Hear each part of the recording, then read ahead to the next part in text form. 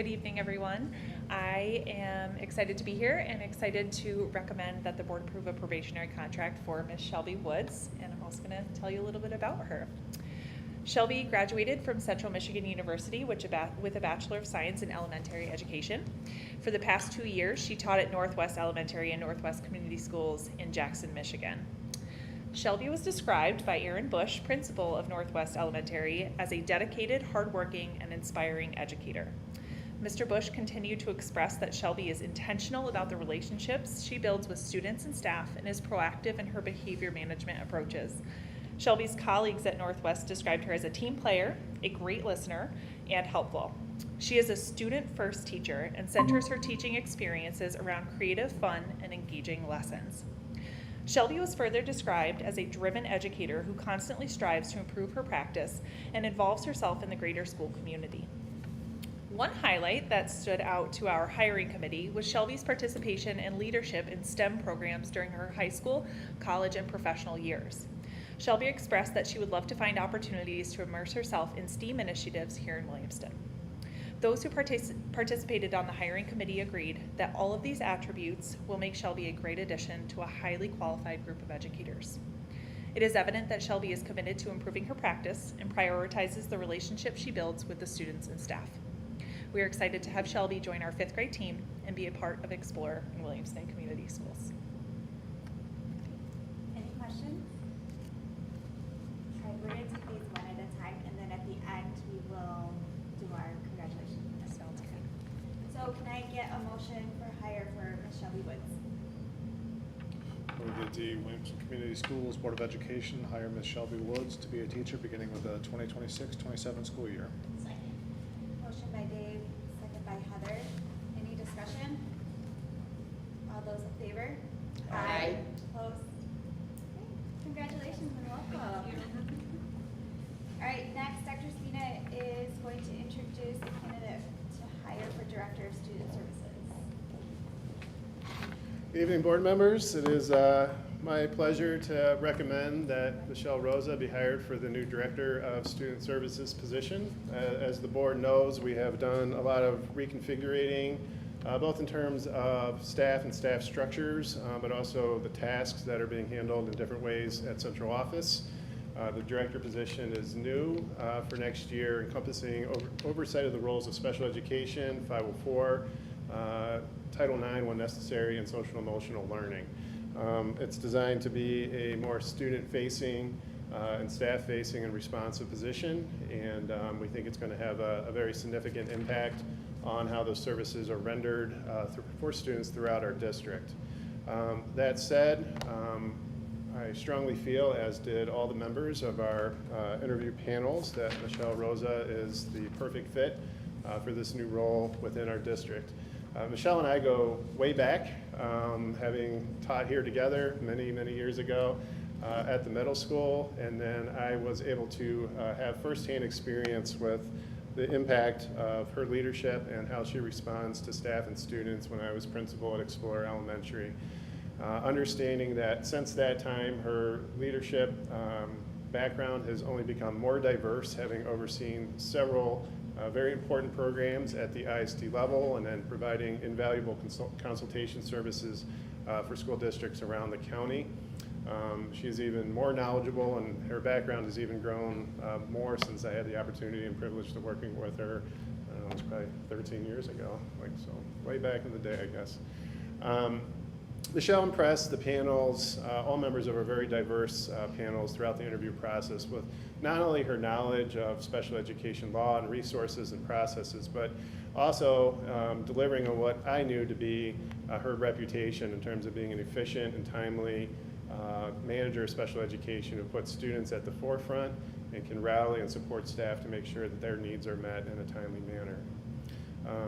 I know many of you have had the opportunity to meet Michelle in the past, so she's kind of a hybrid internal candidate in some regards, but I'm very much looking forward to her leadership pending your vote this evening, and give her my highest recommendation tonight for your vote. Any questions, comments? All right, I will take a motion. I move that the Williamston Community Schools Board of Education hire Mrs. Michelle Rosa to be the Director of Student Services beginning with the 2026-2027 school year. Second. First by Deb, second by Dave. Any discussion? All those in favor? Aye. Opposed? Congratulations. Welcome. I thought I'd give Michelle just the Yes, opportunity yes. to address the board. Well, first of all, thank you, Dr. Adam Spina and the board and the wonderful interview committees, some of you here tonight. It has been a very rewarding experience to come out of retirement to pursue this role. And it was truly exciting to think about opening another chapter of my career in a local school district, and this would have always been my first choice, to lead, prioritize student needs, and I have a lot to learn in terms of social emotional learning, but I know it goes hand in hand with what children need and what adults need in education.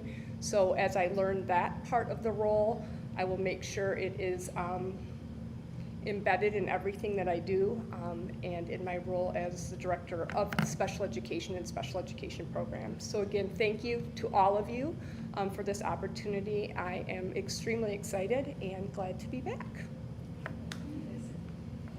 Thank you. And then you're back up to Back, introduce- yeah, I think this is a first for me to do two of these in one night, so.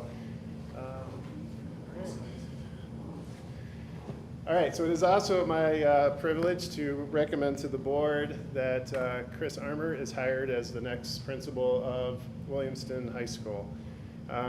This is kind of a cool moment for me because I've kind of seen Chris's progression through the district, and in a lot of ways it kind of mirrors the path I took, where you start to dabble in different leadership roles, and all of a sudden you end up in WEA leadership, and then before you know it, you're working in administration. Chris has always had a phenomenal reputation in our district, first as a teacher, where again, he was outstanding in the classroom, but then also progressed in, like I said, to seeking out some different leadership roles, whether they were chair of the science department or becoming president of the Williamston Education Association. He's continued to progress both his education in terms of seeking out his master's degree in educational technology and his administrative certificate. If you recall back, and I know most of us don't want to do this, but in the days leading up to COVID and the pandemic that would shut down our schools, we ended up in a very unique situation that required some folks that were either in administration or considering it to really step up in a very timely manner into roles that they probably had not expected being in the middle of a very unprecedented, to say the least, circumstance. And Chris selfishly stepped into the role of assistant principal during that time, and then has stayed in it over the past 6 years. He has done a phenomenal job, and as you know, one of the tenets to being successful as an administrator in any position in Williamston is to be present and visible, and to be able to develop strong relationships with all of our stakeholders. And Chris has really set the standard for how this is done during his time both as a teacher, his time as a coach, and his time in a very tough position as an assistant principal of a high school. One of the things that I think kind of says it all is that it's not often that I'll get recommendations from students for an administrative hire, but that was the consensus from every student that I heard from at the high school, even parents of those students conveying that their children were supporting Mr. Armour's being hired into the role. So much so that, as you might see in the memo, Chris was so far out ahead after our first round of interviews that, and I've never seen this, but the committee was like, why would we continue on? And I think they had a great point. So It sounds like Chris made an incredible first. he did. He did. Sorry. So, AIs later on in the meeting. So he made an incredible first impression. I don't know if that's part of the script. But he really set the bar, and I think we knew what we have, and when you know what you have is special, and the leadership is strong, and the reputation is what it is. This was an easy decision to move forward and recommend to the board. So looking forward to your vote, but I think the high school has great days ahead of it with Chris's leadership, and I'll pause and turn it back over to you. Or Siri. Questions, or whoever's gonna comments? talk. Yeah. Okay, I will take a motion to hire. Make a motion that the Williamston Community Schools Board of Education hire Mr. Christopher Armour to be the Williamston High School principal beginning July 1st, 2026. Second. Motion by Chris, second by Amanda. Any discussion? All those in favor? Aye. Opposed? Congratulations. All right, now we can get up. and- Well, hold on, I want to make sure Oh, yeah. Chris has it just a quick second. You almost let him off the hook, but I put him back in. Yeah. I'll keep it short. I got to talk a lot tomorrow at Honors and Awards night. But I appreciate Dr. Spina and all his kind words for everything that he said. I would say 18 years ago when I student taught, if you would have said this is where I would be, I would have said absolutely not. This is not a career path that I was going to go on. But I would say throughout the years as things happen and sometimes you're put into positions that you don't expect to be in, and it's potentially a calling or turns into what you become and what you do. I feel like this is the situation. But I would have to say that I think a lot of it goes to my mentors and colleagues that I work with, which one's sitting right here, old door neighbors at the middle school. But just that mentorship and what I've learned from colleagues has really kind of turned me into who I am. And I really look forward to the next, can't say 18 years, that's a long time, but the next years until I may retire, to continue helping the district grow and supporting staff and students and making this continue to be a great place to work and place for students to learn. So thank you very much. I appreciate the opportunity. All right, now we can get up and congratulate.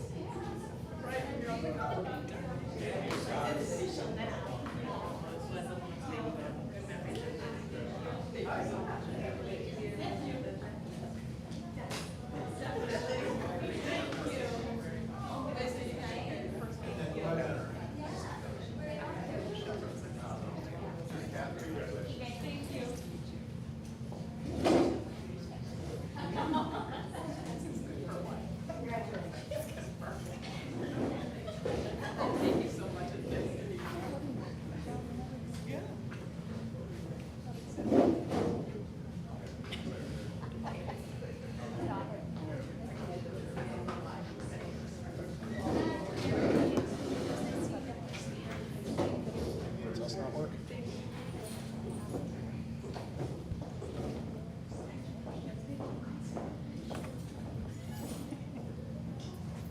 Okay, they already knew that they did not need to stay for the remainder of the meeting. You're welcome, but, okay, now becomes the time for citizen comments. If there's any citizen that would like to address the board, they can make their way to the podium on the back seat. Okay, now a citizen comment. So that brings us to celebration, more celebrations, Adam. All right, personal note, I think it's really cool, the last couple meetings that we've been able to move forward with these awesome internal candidates. And again, I know Michelle's a bit of a hybrid, but she was here for many, many years and definitely connected into our community and our district and our staff, especially for those of us who've been here for a minute. I don't know, I just think it speaks highly of the educators we have in this district and how we were able to develop leadership over time and folks willing to continue to dedicate themselves in new ways to our schools and our students. So, that said, we had a really interesting ending to the school day today. Not the first time we've had to deal with unexpected weather, but every time it comes up, it's always kind of a unique experience. And I was kind of joking, this was almost like a military training exercise where they just kind of keep throwing new variables at you. So, right, like, hey, I'll send out a phone message. Well, the phones are down. All right, I'll send out a school messenger message. Well, that doesn't work either. So, like, what are you going to do now? But just like always, and today wasn't the worst weather situation we've seen, but just really grateful to the staff that we have throughout the district, especially our transportation department who had to make some, that was a difficult drive home today. And the flexibility of our administrators, our staff, and even our students with adjusting to a very rapid developing situation. And how we were able to get through that this afternoon. Our elementary principals are here and still drying off from being out in the rain, just like a lot of our other staff were, especially at the elementary campus during pickup today. Let's move on to celebration. So 2 website stories to begin with. The first was just posted today, but it was a recognition that we got a couple weeks ago.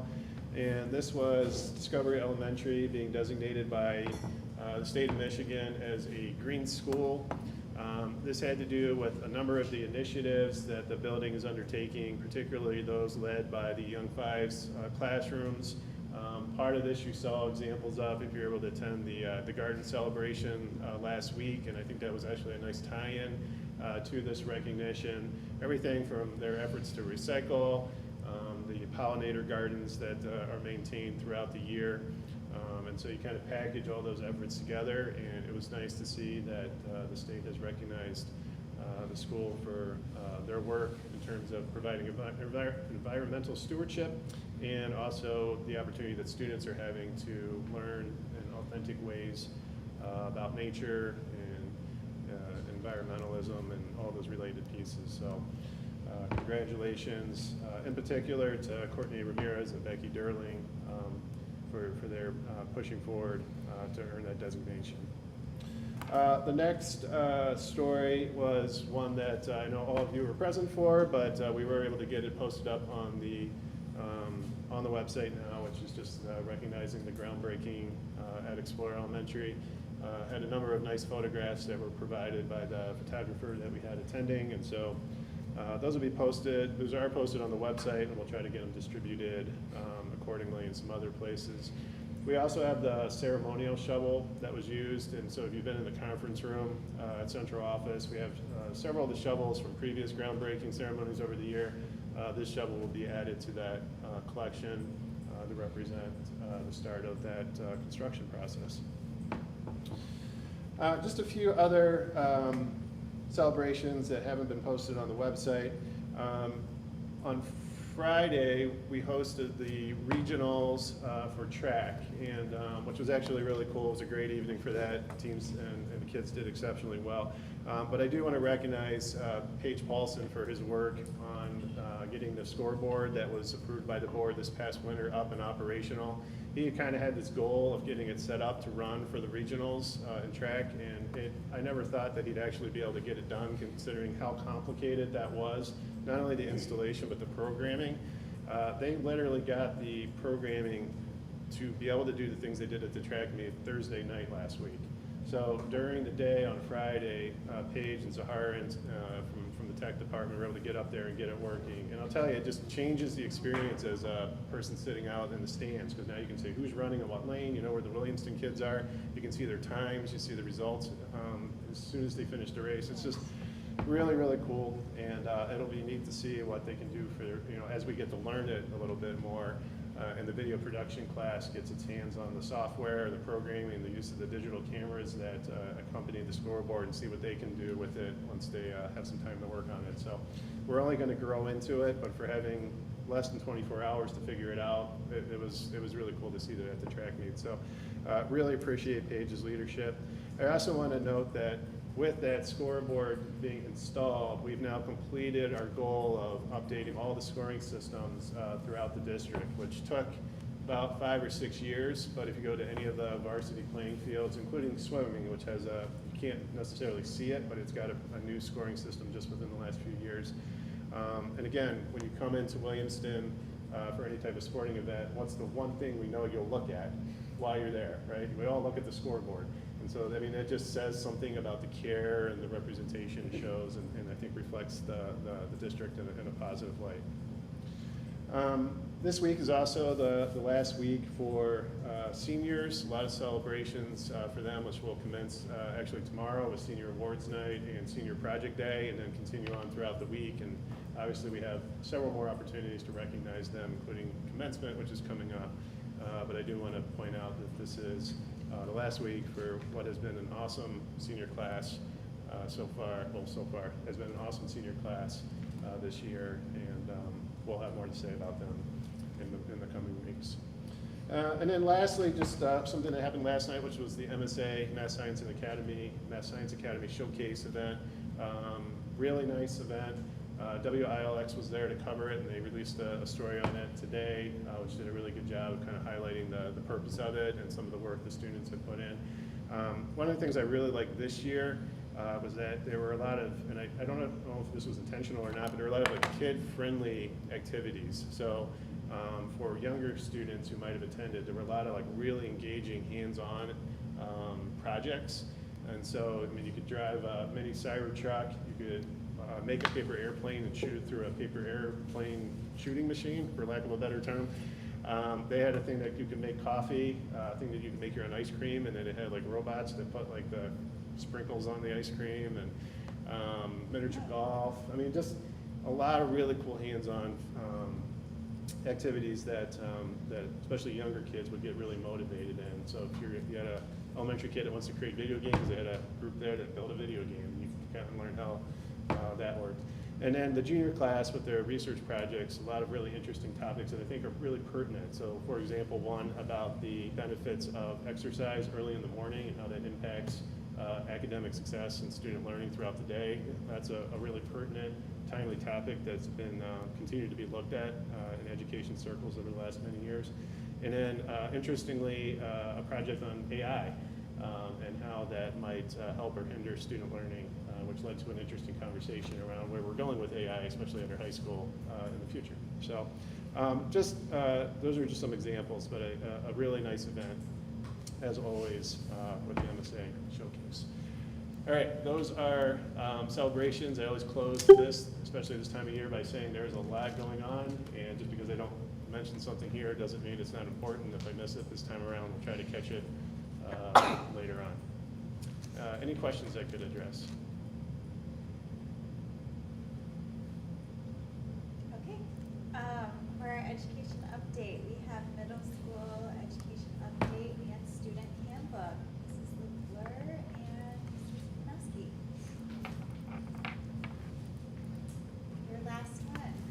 My last one. That's where I'm at with everything right now, isn't it?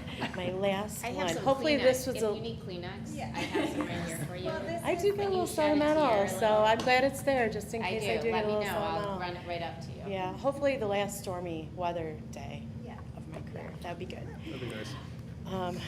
I think we'll all appreciate that. So this is actually one of my favorite things to do, Student of the Month and Educational Update, because we work really hard all year long, and it gives us an opportunity to really talk with you about the things that we've been doing at the middle school. Okay, but I have to remember how to do this first. It worked. We tested it a lot. It's batteries, good to go. So tonight we're going to focus on the progress made as a staff. We're really going to look at goal number 1 in our school improvement plan, also that differentiated instruction that we're providing students throughout the year, our progress monitoring, which we really use to guide our differentiated instruction, and then students' academic growth and achievement, we'll talk about that, and then our next steps with Dr. Supinowski, or Mr. Supinowski. No doctor yet. Okay. So as we looked at our data, it was over the fall and the winter, we really looked at our NWEA data, and we looked specifically at identifying students below that 40th percentile for growth and achievement. This really helped guide our thinking during our staff meetings and also in our department meetings. We planned strategies. Examples of strategies are things like working in small groups with students, identifying the skills where we needed to show growth with the students, and then also review opportunities. Those are just a couple of our few examples. And then we really wanted to focus on increasing academic or active engagement, because we had used academic engagement across our whole building for a number of years, but we really started to notice, like, we've had some employee turnover over time. We had teachers who had retired, we had new hires, and so we really wanted to look at that. And then we also provided professional development training for our paraprofessionals. So we worked with the ISD, and we worked with the teachers in our special education departments. So we were looking at gradual release, because we wanted to really focus on providing the supports they needed, but not over-supporting. So that gradual release piece was really important to us this year. Our professional learning communities, as I mentioned, included our middle school staff. So we were focusing on that active engagement and wanted to promote that learning and growth, but also we wanted to make connections between that zones of regulation. We worked very closely with Heather Lewis around zones of regulation. So that was really our focus for our learning walks this year. So we did some foundational work again, review for some staff. We differentiated that support. So in our professional development, we identified teachers who maybe needed to learn about active engagement for the first time, and then also those who were familiar with it and wanted to just kind of grow their professional development. So we differentiated that instruction and then provided an opportunity for learning walks. So all of our teachers at the middle school and our paraprofessionals participated in those learning walks.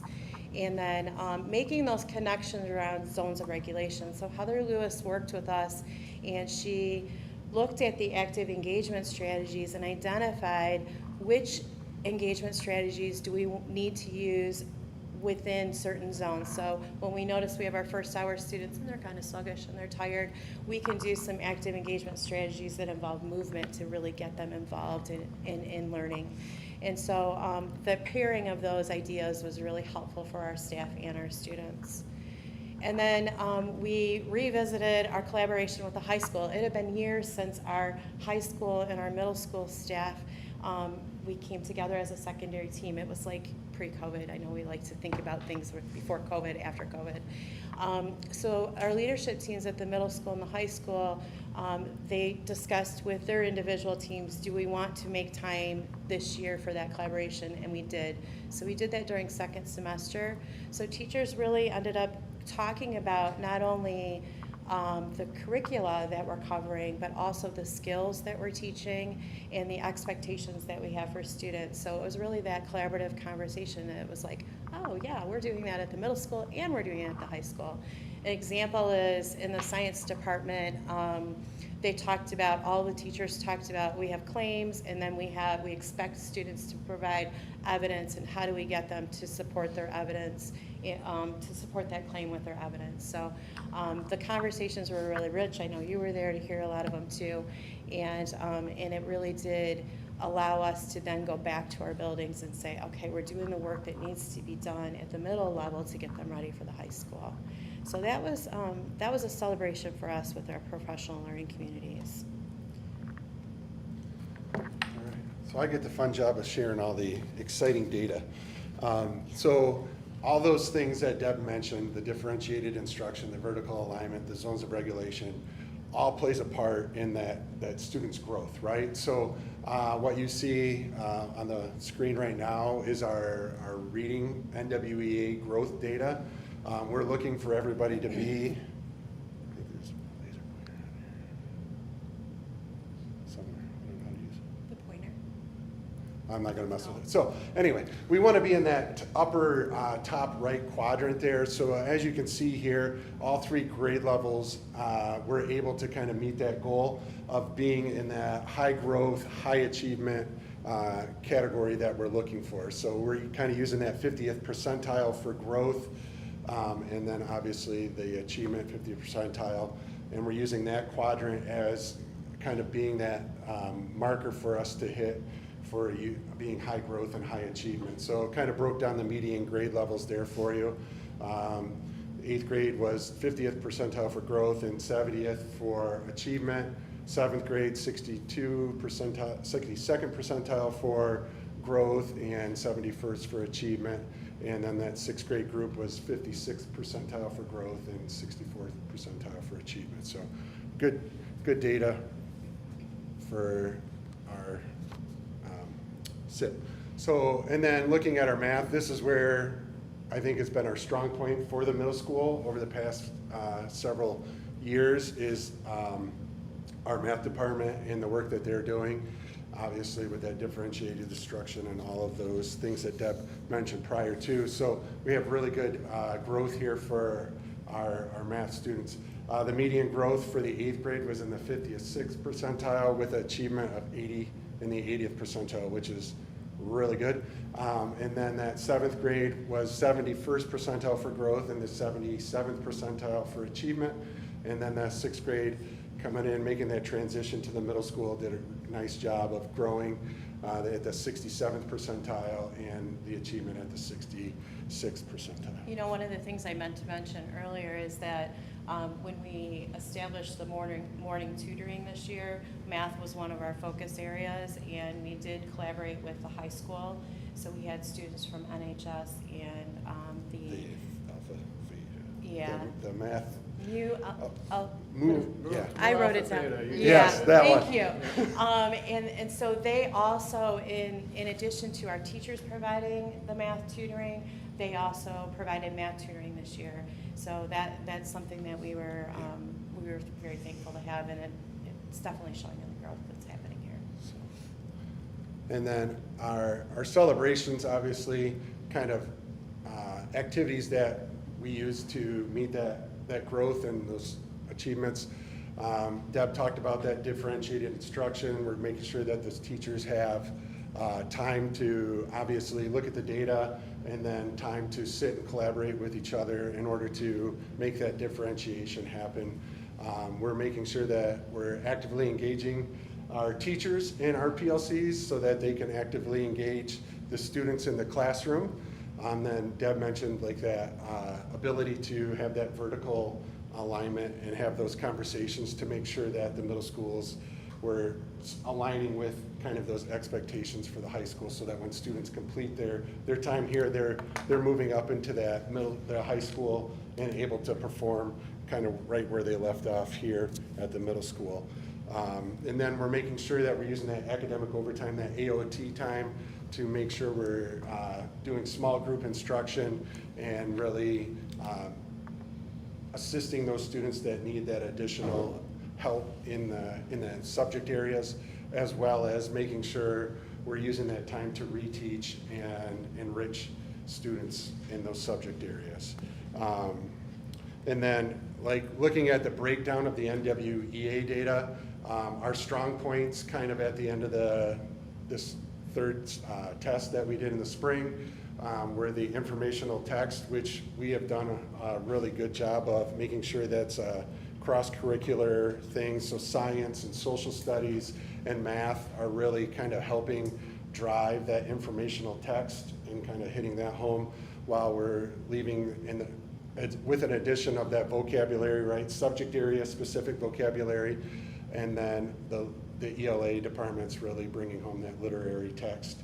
And then, like I said, I mentioned before, we were in that high growth, high achievement for the spring NWEA testing. And then our math, obviously that continues to be a strength of the middle school. And then looking at the skills that were taught in each grade level, it correlated exactly with the data that the NWEA showed it. So geometry was a little bit lower for the 6th grade because they haven't had geometry. And so once they have that, the data just continues to grow once they get those things. So really good. And this is our first year of that fully adopted curriculum that you approved last year. So they piloted the curriculum last year. And so we're excited to see kind of where we're headed from here with that new curriculum too. Looking really good so far. Yeah. And then kind of next steps. Next year, the middle school is going to be using some new technology. We've got the Surface Pros that are going to be added into every classroom. So we're going to make sure that the teachers get the opportunity to work and kind of learn the ins and outs of that. We've kind of done some of those smaller PDs, kind of introducing that to them this year. And so next year we're going to dive into it and making sure that they really know how to use that and utilize the tools and being able to, it kind of frees them up. I don't know if you've seen it, but the staff that have piloted it have been moving around the classroom a lot more. And so it does give them that ability to kind of be free from the desk. So that I'm excited to see the teachers utilize that. And then we're going to look at AI kind of at the middle school level. We're really going to hope that the departments kind of set guidelines and expectations and make sure that they're communicating those with the students so that it's kind of, we're setting those standards and priorities of the use of that. We're going to continue to expand on and use those engagement strategies, so making sure that the teachers are utilizing those and getting the time that they need to implement those in their classrooms. And then obviously we're going to continue to use that NWEA data to support to kind of monitor and look at our growth in our instruction. So we're going to continue to use the differentiated strategies and engagement strategies, classroom and AOT time, to kind of support that tier 1. We're going to look at, obviously the math tutoring is going to continue, but we're also going to look at making sure that we get morning tutoring in for our ELA students as well, kind of hit that in the fall. And then our step 3, our tier 3 students, we're going to make sure that we're instituting the specially designed instruction, where we're going to be pushing the special ed teachers into the general ed classrooms to support our special ed students and some of those bubble students as well. So kind of where we're at in next steps. Questions? I just want to make a comment that I do appreciate the training of paras. I think sometimes when we hire particular individuals to do a job, we think they just know, or that they can just do it. And I do think I appreciate the training, because it's been proven that nobody just knows. So I do appreciate that. I think that makes a big difference to continue that. Thank you. That's great. Yep. We started the training at the very beginning of the school year in August. And Nice. so the paras, we did some in-house training and just kind of building some common expectations and supports that we can provide, and then we built from there around that gradual release piece. So it's been a plus for us. Nice. Can you give us some examples of how the Surface Pro you think is going to make improvements?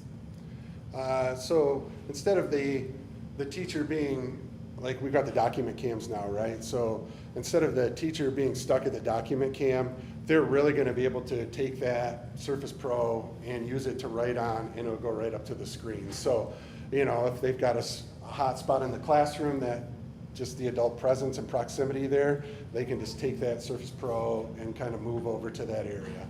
And so it'll really free them up from kind of being stuck at the desk, especially our math teachers, right, where they are doing a lot of examples and working through things on the board through the document cam and stuff. So this should kind of free them up for that. And it does allow them to, like, utilize some PDFs and stuff that they don't have to have the paper right there. They can just put it up on the screen. And obviously, however interactive they want to make that with the students, they'll be able to do that as well. So. And when they're taking notes, so if they're noting things that are discussed in class, they can capture that, and then they can actually link that into Google Classroom. They can do some recordings of instruction, and that can also be linked into Google Classroom. So if students need to review, that's an opportunity for them to review, or if they were absent from school on that day. Those are some of the other things. Some of the things I've noticed too with teachers who have piloted it is they are using it as an interactive device. So students, so if a student is going to show a demonstration, they can pass the tablet over, and the student can do the demonstration, and it's posted up on the screen, so it does become a little more interactive and engaging for students too. And they don't have to be the embarrassment of getting in front, right? Middle school students, Yeah. I don't want to get in front of people. And so it just kind of more comfortable. in that Yep. aspect of things. I'm really looking forward to hearing how maybe next spring we'll get an update on that, but I'm really Yeah. looking forward to how that is utilized in different classrooms. Any other else? questions? Okay. All right, we can move to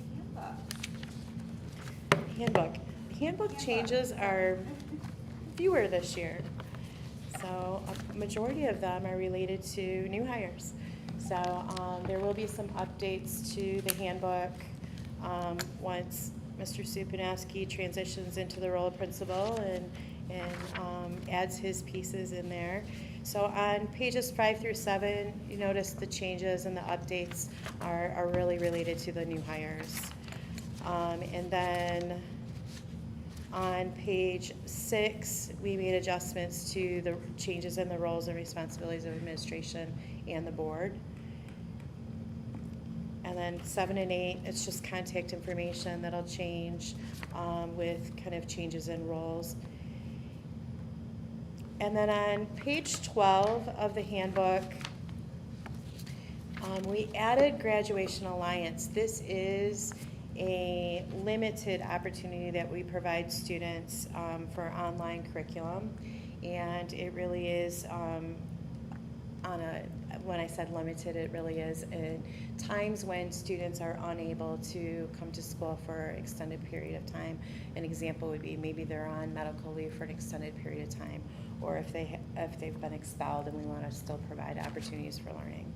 So this is the language. It is aligned with the high school language for Graduation Alliance, but it wasn't in our handbook, so we needed to add that to the handbook. And then on page 22, abusive, offensive language, the handbook for this year is a level 2 and 3. So a level 2 and 3 would typically be a detention or suspension. And we had noticed in cases where students were using offensive language, it might be a minor case of offensive language, and that would typically be processed through RTC and writing a plan, and that would be a level 1. So we needed to adjust from level 2 to 3 to a level 1. And then on page 22, we added a component, a step in the academic integrity violation. All students who, if there is evidence of academic integrity, a violation of academic integrity, all students would report to RTC and they would write a plan. And so we needed to make sure that that was added in the handbook because that was a procedure we were using, but it wasn't in the handbook, so we added that. And that's it. Do you have any questions about handbook changes or comments? Thank you so much. Okay, thank you. Next, Discovery for Elementary Education Updates. Catherine and Cassie. Thank you, Deb and Adam. We appreciate it. We're off to the concert. Hi. Right. So we had a very busy school year this year at Discovery. I found it was really hard for me to really hone in on specifics. So I tried my best because it was a pretty big year. We were very busy and a lot of adjustments and changes going on. Lots of learning both for the staff and for the students. So this evening I'll go over some updates on our MTSS coaching for both literacy and behavior.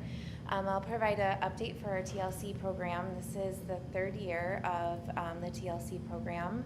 And then how we're doing with Reveal Math. This was our first year implementing Reveal Math.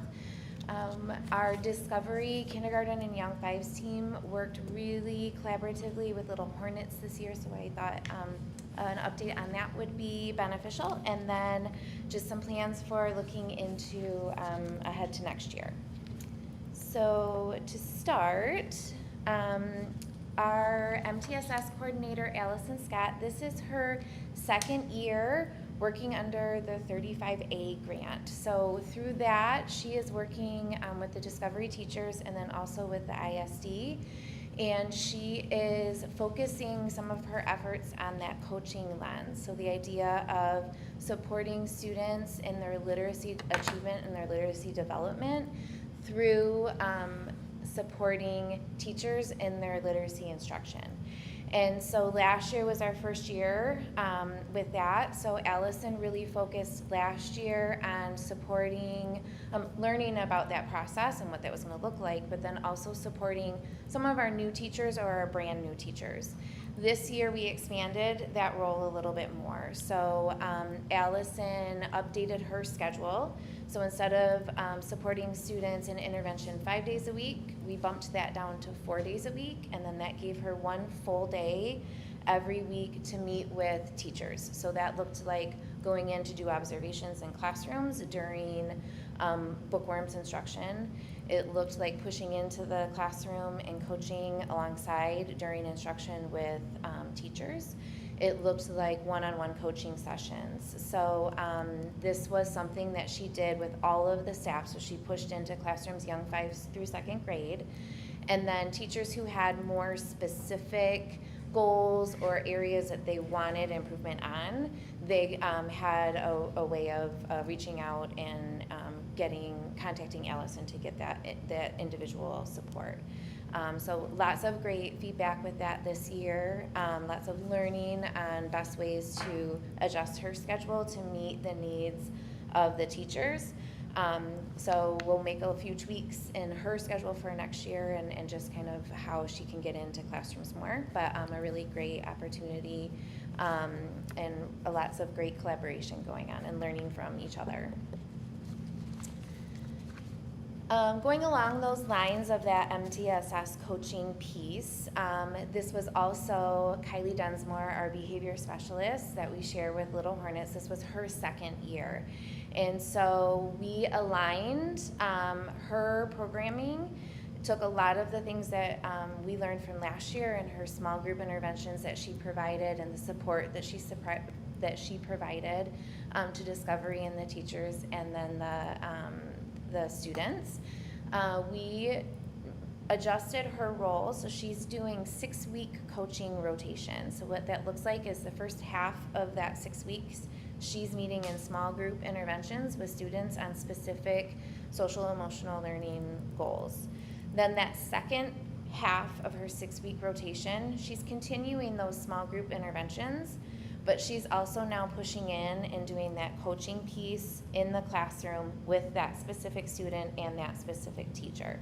So she's observing, she's able to support the teacher and see firsthand maybe some of the behavioral needs that are coming up and helping tweak behavior plans or adjust that approach to the classroom to better support the needs of the student.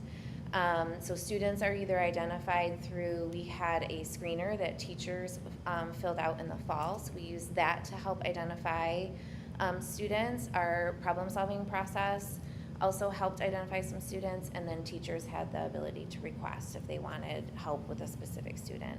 She also provides some whole class coaching opportunities.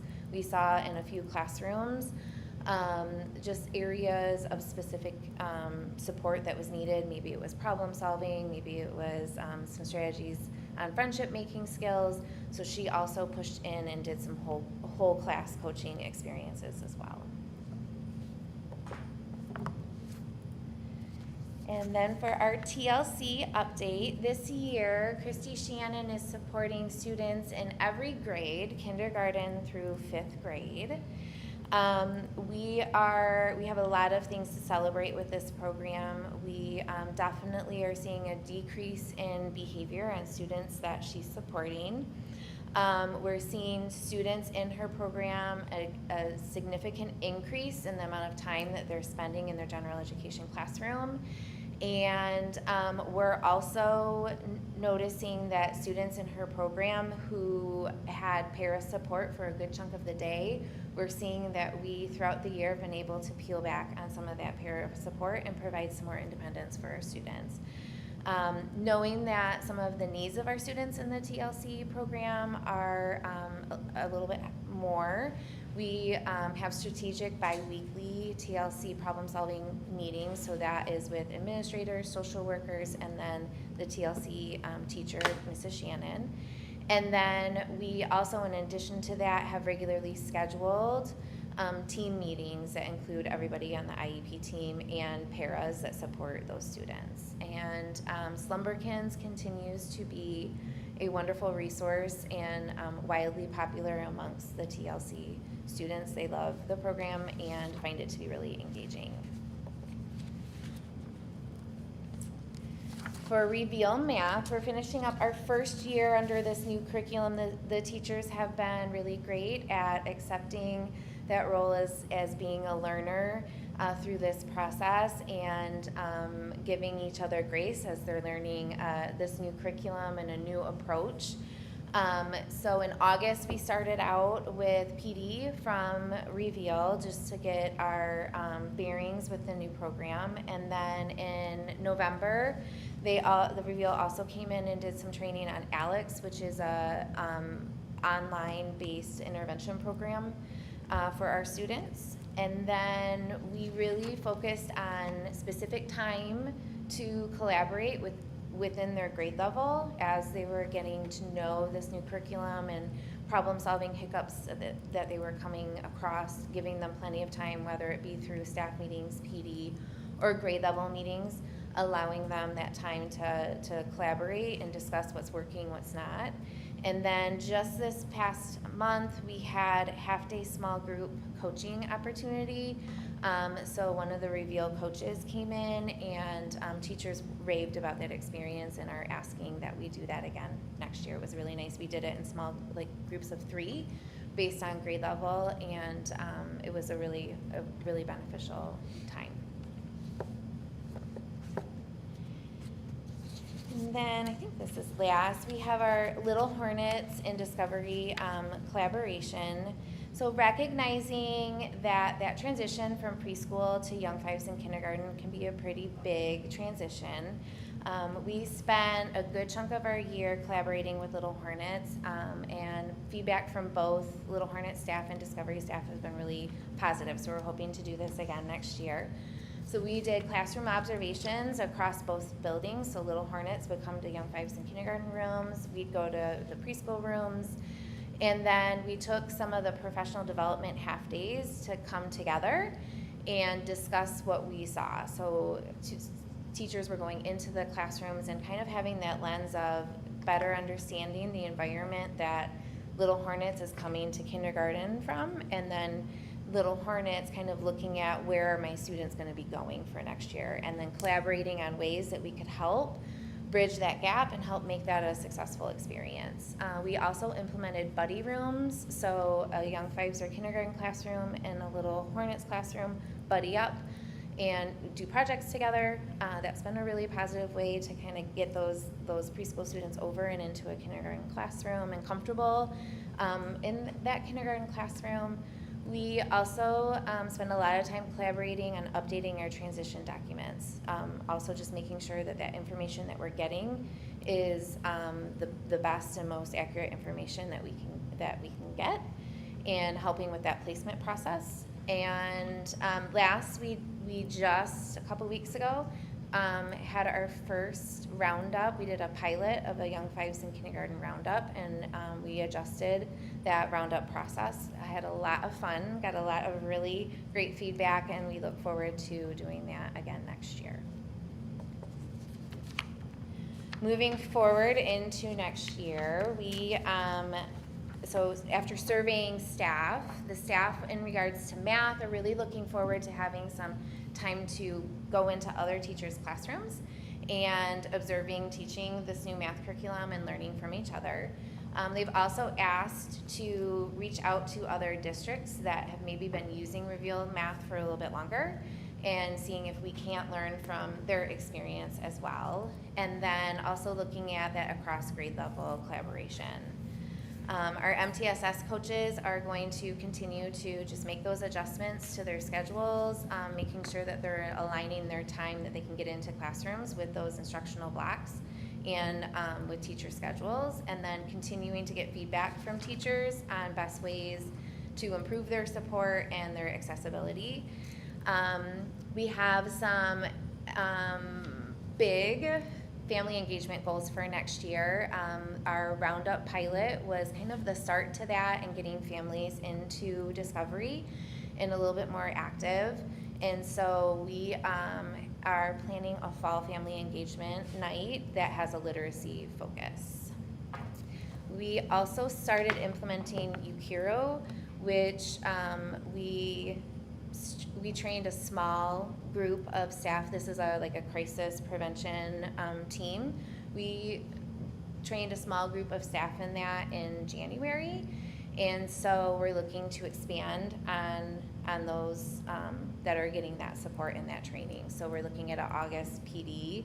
It's a full day training that we would make sure all paras and special educators are at and can receive.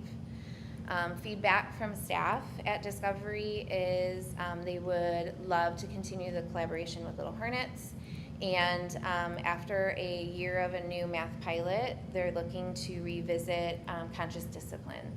So we are Explore and Discovery are collaborating with Heather Lewis on a way to bring both staffs together and do that learning together. So we're really excited about that opportunity. And then in RTC, we have a work group started where we're just looking at how we can refine that process. So lots of things going on this year and lots of great things happening for next year. So I have something. Yes. And I'm bringing this up just to give some of the old-time teachers who are still at Discovery their due. Yeah. So we've had Roundup, kindergarten Roundup, in many different forms Yes. for many, many different years. Yes. It stopped during COVID. Yes. I'm glad to see it come back. I think that is really important for those parents. Mm-hmm. I also like seeing family engagement here. We've had many fall reading math nights where we are bringing families in. And again, that stopped during COVID, so it's nice to see that back. Yeah. I have received lots of telephone calls through the years where some grade levels do Halloween, Christmas parties, holiday parties, others do not. I think that is a way to maybe engage families. Mm-hmm. Being a teacher who lived through that life, I agree. It is not the most wonderful moment and it can be stressful, but 30 to 60 minutes out of a day when you're allowing parents to come into that world is important and seems important for them. So if that was something that could be possibly looked at, Yeah. I'm not asking for you to jump into everything, but when we're talking about trying to do some family engagement again, I think that is those are easy, important things that are already happening that might be able to be looked at. Absolutely. Otherwise, good stuff. Yeah. I also appreciate the connection between Little Hornets and seeing that grow. I know that a lot of students go through Little Hornets and come right to us. Do you know maybe like the percentage? Like, is it like close to like 90% of it? I feel like it's very high. It's high. I don't think it's 90%, but a large chunk. But so I think having that connection, Mhm. the students coming over to visit. So like the 5th graders just went over to the middle school. Mhm. So maybe there could be some type of going over there during the day. I don't, again, logistics of everything. This is just Yeah. like off the top of my head, but Yeah, that was a big Yeah. conversation that we had during our roundup planning. yeah.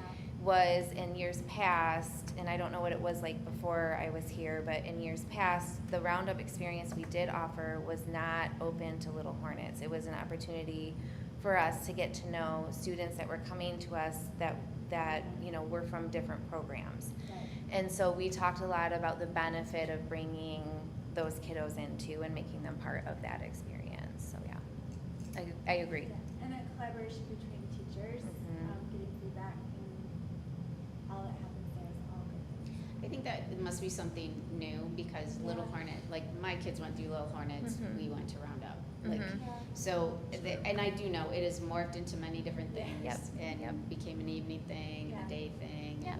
And some So, things work better but- than the others, and Yeah, right. Yeah. It's been many, many things, and it can continue to grow and, Yeah. and change and morph into whatever families need now. I just, all of those little experiences Yeah. are, I think, just as important for the parents. I was just Mhm. gonna say, The kids have no problem running off. It's like the biggest thing I tell parents is they're always afraid of the bus. The kids, that is the number one things the kids want to do is get on the bus, that big Mhm. bus. But I get, parents letting go of their kid to a room full of strangers Yep. basically is really hard. It is, yeah. But I think So- also going along with that, parents want to be included, and they are in a sense of getting newsletters and like seeing and hearing from their, but seeing it like in person, like you were saying, just even like Right. I mean, we have, bringing them in. and I for- wouldn't change this for the world. But when I come and visit the buildings, and I have been fingerprinted and background checked to death, I mean, we are a lockdown building. We are a lockdown society, kind of. And I absolutely think when you're looking for a school, that is unfortunately the number one thing we need to look at. But it is that, like, door. Like you know, I saw mom brought her kid in, okay, bye. And then she stood there as the kid went through the door and the door locked and they were waving through the door windows. And so, I mean, we have to have it that way. There is absolutely no doubt. I would not change it. We have to have it that way.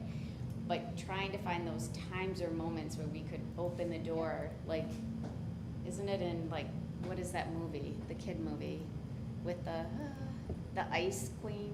Never mind. But, you know, they open the door to the town and everybody runs over. Frozen, Oh, yeah. Frozen, yeah. Like, I feel like, oh my gosh, open the doors. Like at some point, but There's but a I understand balance. I understand the seriousness and we can't do that, but I get it. It's hard. It's hard you're letting your kid go. Yeah, absolutely. But lots of fun things happening. Yes. Lots of fun It is. things did happen. Thank you. Thank you. All right, Explorer time.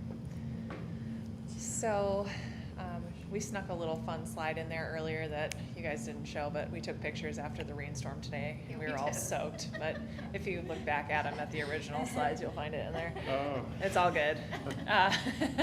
So, we were very wet. I still am. So for Explorer Elementary tonight, I'm going to share some information about ELA, English Language Arts, Reveal Math. It's our first year with that curriculum and my first year exploring it. So, and are looking ahead. So at the UCARU MTSS practices, staff PD focus, and construction and new building, as you all have been a part of. So this was, I felt like, one of the biggest celebrations we had all year was an opportunity to participate in Teachers Learning Together, our TLT process. This is a non-evaluative process for teachers to come together and go into each other's classrooms and participate in observations. So those observations give feedback like it appeared effective when, some questions I have for the teacher are, and an idea I can apply in my own classroom is. So just those wonderings that come out of those observations. So we were able to do that during the week. I think we did it on March 4th. Yes, March 4th, it was a Wednesday.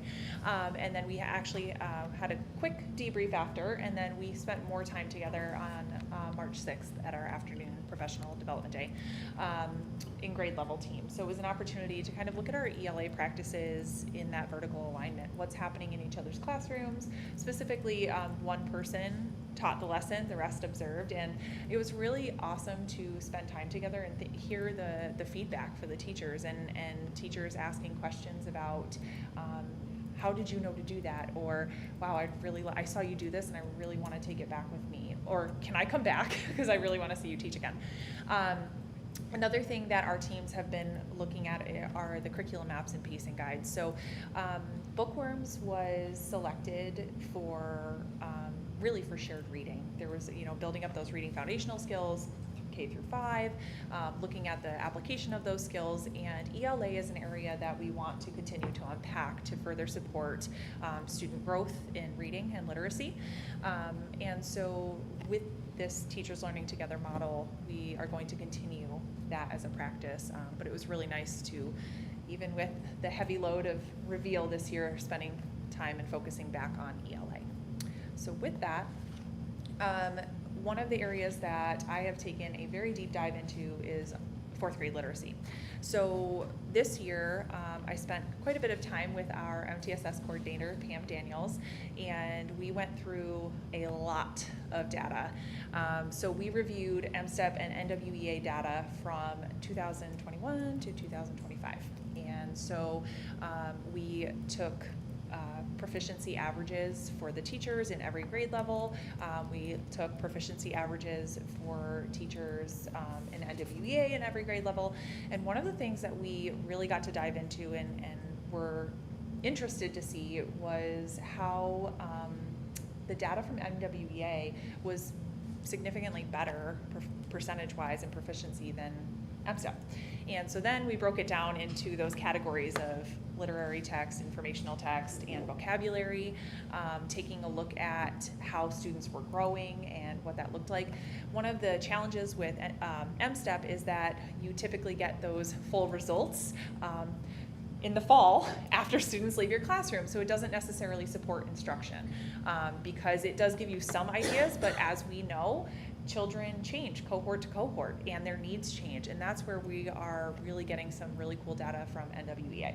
One of the other awesome pieces is that we took the 4th grade data from MSTEP, and from the students who were partially proficient or not proficient from last year's assessment, they're now 5th graders, we broke that down using NWEA and compared students who were partially or not proficient, where did they fall within NWEA, and approximately half of them were advanced or proficient in NWEA, but they were partially proficient or not proficient in MSTEP. So, you know, obviously we want our teachers to be supportive of, you know, testing and have those test scores look good, because it shows what their students are capable of. But we also know we don't want our teachers teaching 2 tests. We want them teaching human beings. So how do we balance that? And that's something Pam Daniels and I are really exploring to provide support for. We were also able this year to review preliminary data from 2026. So obviously those scores, like the writing has not been assessed yet, but really getting an interesting look at the breakdown, the ELA data, sorry, from MSTEP. The scores are not official, they're not out there publicly, but I was able to get a kind of a breakdown of where some of the strengths were and some of the challenges might be with things related to informational text, vocabulary, literary text, just those areas that we want to support. From that, I had individual teacher meetings with each of the 4th grade teachers to go over those years of data. Also, the 2021-2022 data scores were interesting because COVID definitely played a significant factor into some of our data pieces. And then also we're looking into some grade level mentoring, because we know that teachers learn from each other, and we wanted to provide opportunities for our teachers to work together in a more collaborative way. We have teachers who are creating and organizing and implementing all these awesome supplemental practices in their classroom, because we have a great curriculum, but we also know that teachers are there to adjust and modify curriculums to make it fit best practice and fit the needs of the students. So working together to share what they've adopted and adapted and all the great things in their classrooms. And then we tackled Reveal Math this year, and we are continuing to tackle it. So we had a beginning of the year PD in August, which kicked off our PD series throughout the school year. So September, October, November, December, and February were all focused on Reveal Math. Really having a lot of time to unpack their curriculum. It's very, very heavy, and it takes a lot of time. So our focus was giving teachers the time that they deserved in order to teach. One of the highlights that I put up there in the pictures are the Be Curious selections from the lessons. So I have been in all of our classrooms this year and got to see awesome math lessons, but one of my favorite pieces are the Be Curious and the Ignite pieces, because the Ignite and Be Curious pieces ask questions, and questions that have real life application. And so there are components to Reveal Math that teachers are still working through, but the real life application has been really awesome for the students to work through. I saw in a 3rd grade classroom in the Ignite, it was asking questions about, they had 2 scenarios for chores at home.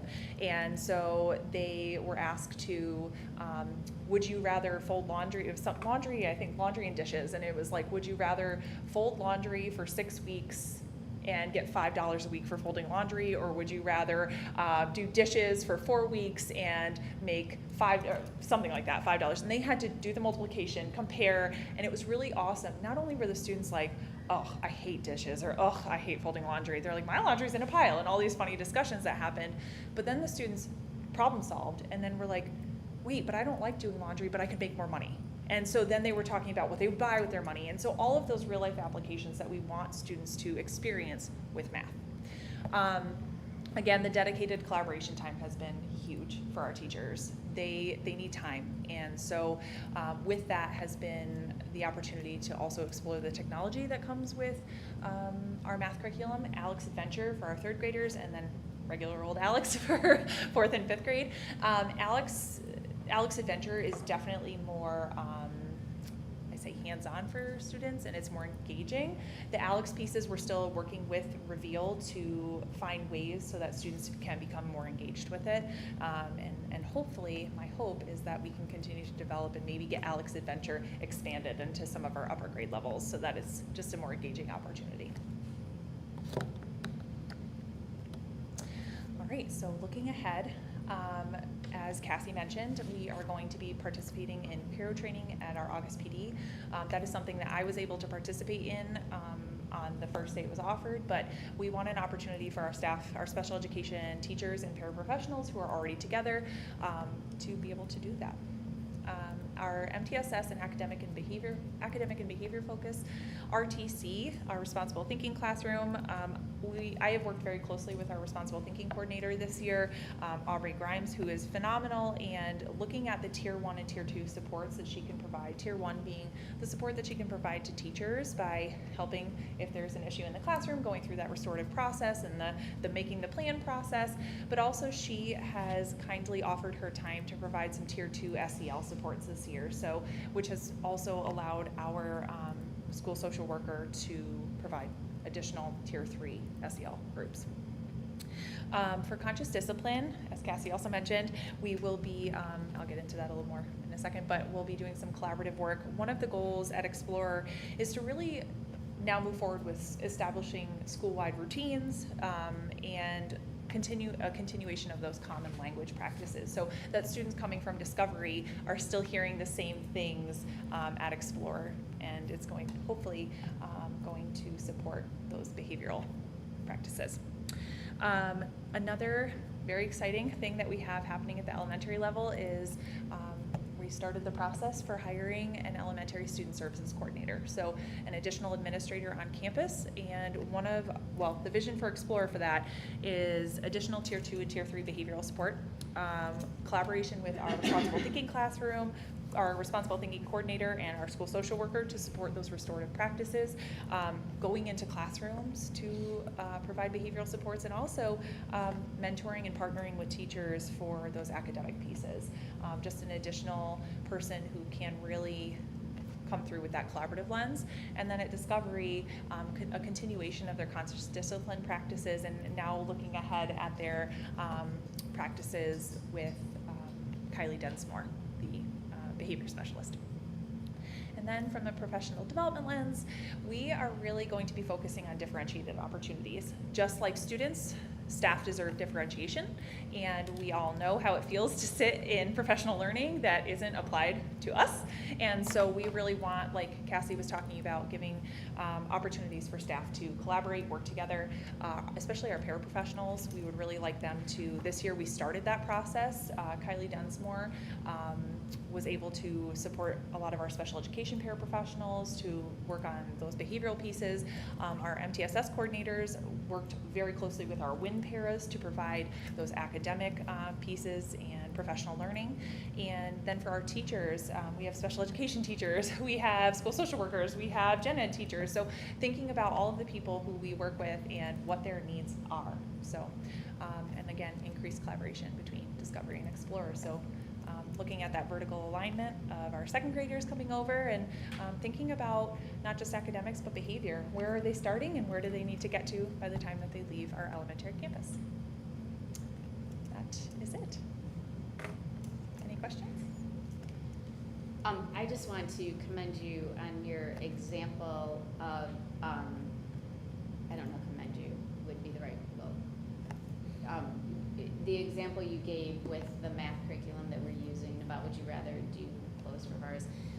My daughter is teaching some economic classes to freshmen in college, and I got to sit in, and that was a very similar thing that she was talking to them about, and it would be interesting to listen to Explore kids talk about that, because it probably was very similar to freshmen in college of how they were problem solving and walking that through, so she'll be thrilled to hear that. I told them I have extra laundry to fold if they ever need more money, so they didn't really go for that. But. Could you also, or do you know, either one of you, I guess off the top of your head, if you don't, it's okay, how long is the the M-STEP test, just the part for ELA? Do you know what the time of that is? No, so I'm gonna say approximately 50 questions, just off the top of my head, but students don't have a time limit. We start there's a 6-week band of time Window. when they can start the test and have to complete. Now, 5th grade, it takes 4 of them. So they have ELA, math, science, and social studies. 3rd and 4th grade take ELA and math. It is a very long process, and one of the things that I didn't mention this, but one of the things that we are looking at for next year is our schedule, because we really want to have teachers teaching and not having to spend so much time proctoring assessments. We have students who do need more time, and that's okay, but looking at how we can structure that to ensure efficiency, ensure that teachers get back to doing what they love to do and not have to sit there and cover all their walls and just give students that classroom experience. It's a long process. It's a lot of testing. And then in that time, we also have our NWEA window that's open, so reading and math. We did this, I'm not sure why, he must have made some poor choices, but we had our 3rd grader you could go on and do a full practice MSTEP test on the website. Yeah. And I mean, if you really want to see it, I mean, it's vigorous. I mean, I love to hear the data, and maybe our state reps need to come in and take it, because the difference between kids in the scoring on the M-STEP versus our NDVA, I think that's huge. I think that is information that's noticeable, that needs to I think asking them go to take somewhere. it would be an amazing eye opener. Yeah, Like, it's go hard. take the test. Literally, you can do it. It's right there online. Yeah. You can go and take the math test for 3rd graders. Right, it's hard. And Yeah. I had to scribe and read some of those, and some of those questions I could tell you I didn't know the answer to. Like, I was like, holy cow, I gotta go back. it's not even the rigor, it's just the duration. It's the yes. number Well, of it's very questions that long. just doesn't Right. stop, and No. it never ends, and you're 9, Right. and you're sitting there like, okay, when's recess? Right. No, here's question 42, Yeah. right? And so it's just, Well, Yeah. and then you have teachers who have students, and you know what? And again, this is the part that isn't seen outside of the school. But a teacher came to me and she goes, Catherine, they told me after 15 minutes how many questions there were, and she said, what about the essay? And the student went, what essay? And hit submit. And that's just, it goes to show you can teach about the Right. essay, how to write extensive essays, but if a student just does this through the whole thing, you can't stop that. And so, again, those are pieces that people don't see, but NWEA data, those unit assessments, all of the things that our teachers are doing and seeing the growth, like actually seeing the growth versus one assessment, has been really wonderful. And it's given me an opportunity to have some really cool conversations with teachers about how we unpack data and really looking at, again, those proficiency pieces, those, and what students are really doing in our school. Yeah. Yeah, I think MSTEP needs to look at their tests to see, even if it's still developmentally appropriate in some aspects for what is being asked. Alex, I can attest my 5th grader, quizzed me on real life examples and scenarios. I didn't realize at the time that it was Alex, but when we were waiting before school, she'd be like, Mom, would you rather? And we would play that game. And so I can attest to the engagement piece, and the real life scenarios, I think, is phenomenal with that. So looking forward to seeing how that impacts math in the future. Anybody else? Okay.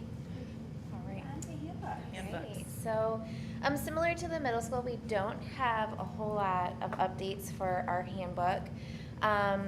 Just some school staff directory updates, and that will change as we go into next year and get through the summer.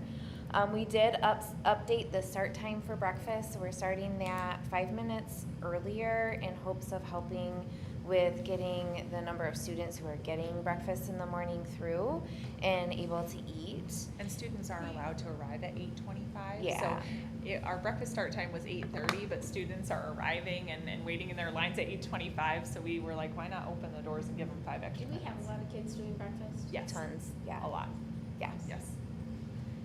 it's a high traffic area in the morning. Yeah.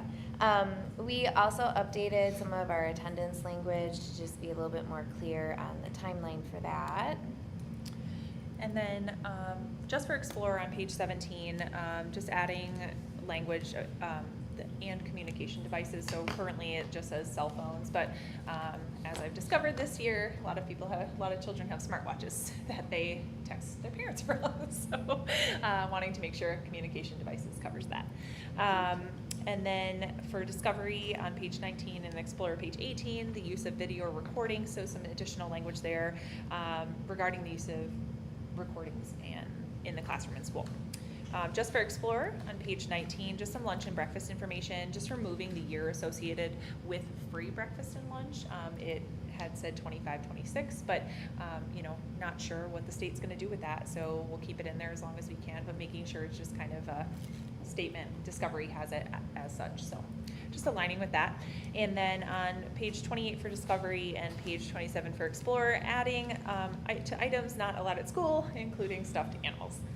We probably should have added Neatos because 3 of them exploded on the slide last week, so that was super fun. Yeah. Nice. Neatos, they're squishy. Oh, They're yeah, filled it's with the like a new- foam. It's a new thing. Apparently kids go hunting for them. Don't. It'll phase out. Don't worry about it. So. But when? Finger. That's my question. I have 3 weeks left, and that will be my win. I did not know what these were, and Squishy. we were in Chicago over Christmas, and one of the stores, like, there's a line Yes. out the door and down Yes. the hall. And they were, I'm sure there were some parents in there getting them, but they were like college and high school kids, like older kids. Yes. I did feel the pull of having to stand in line and get what everybody else is buying, but the line was way too long. But Yeah. I had never heard of these things. It's crazy. Just hoping those phase out.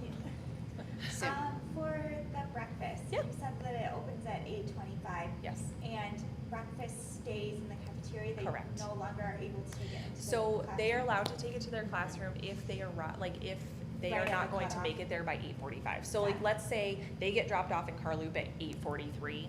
We know they are not gonna have time to eat it in the cafeteria. What we were running into this year is we had many students who were just hanging out outside, and then they're like, the bell rings, and they're like, oh, I need breakfast. And teachers were like, I have 15 kids coming to my room with breakfast, and then it's a whole process.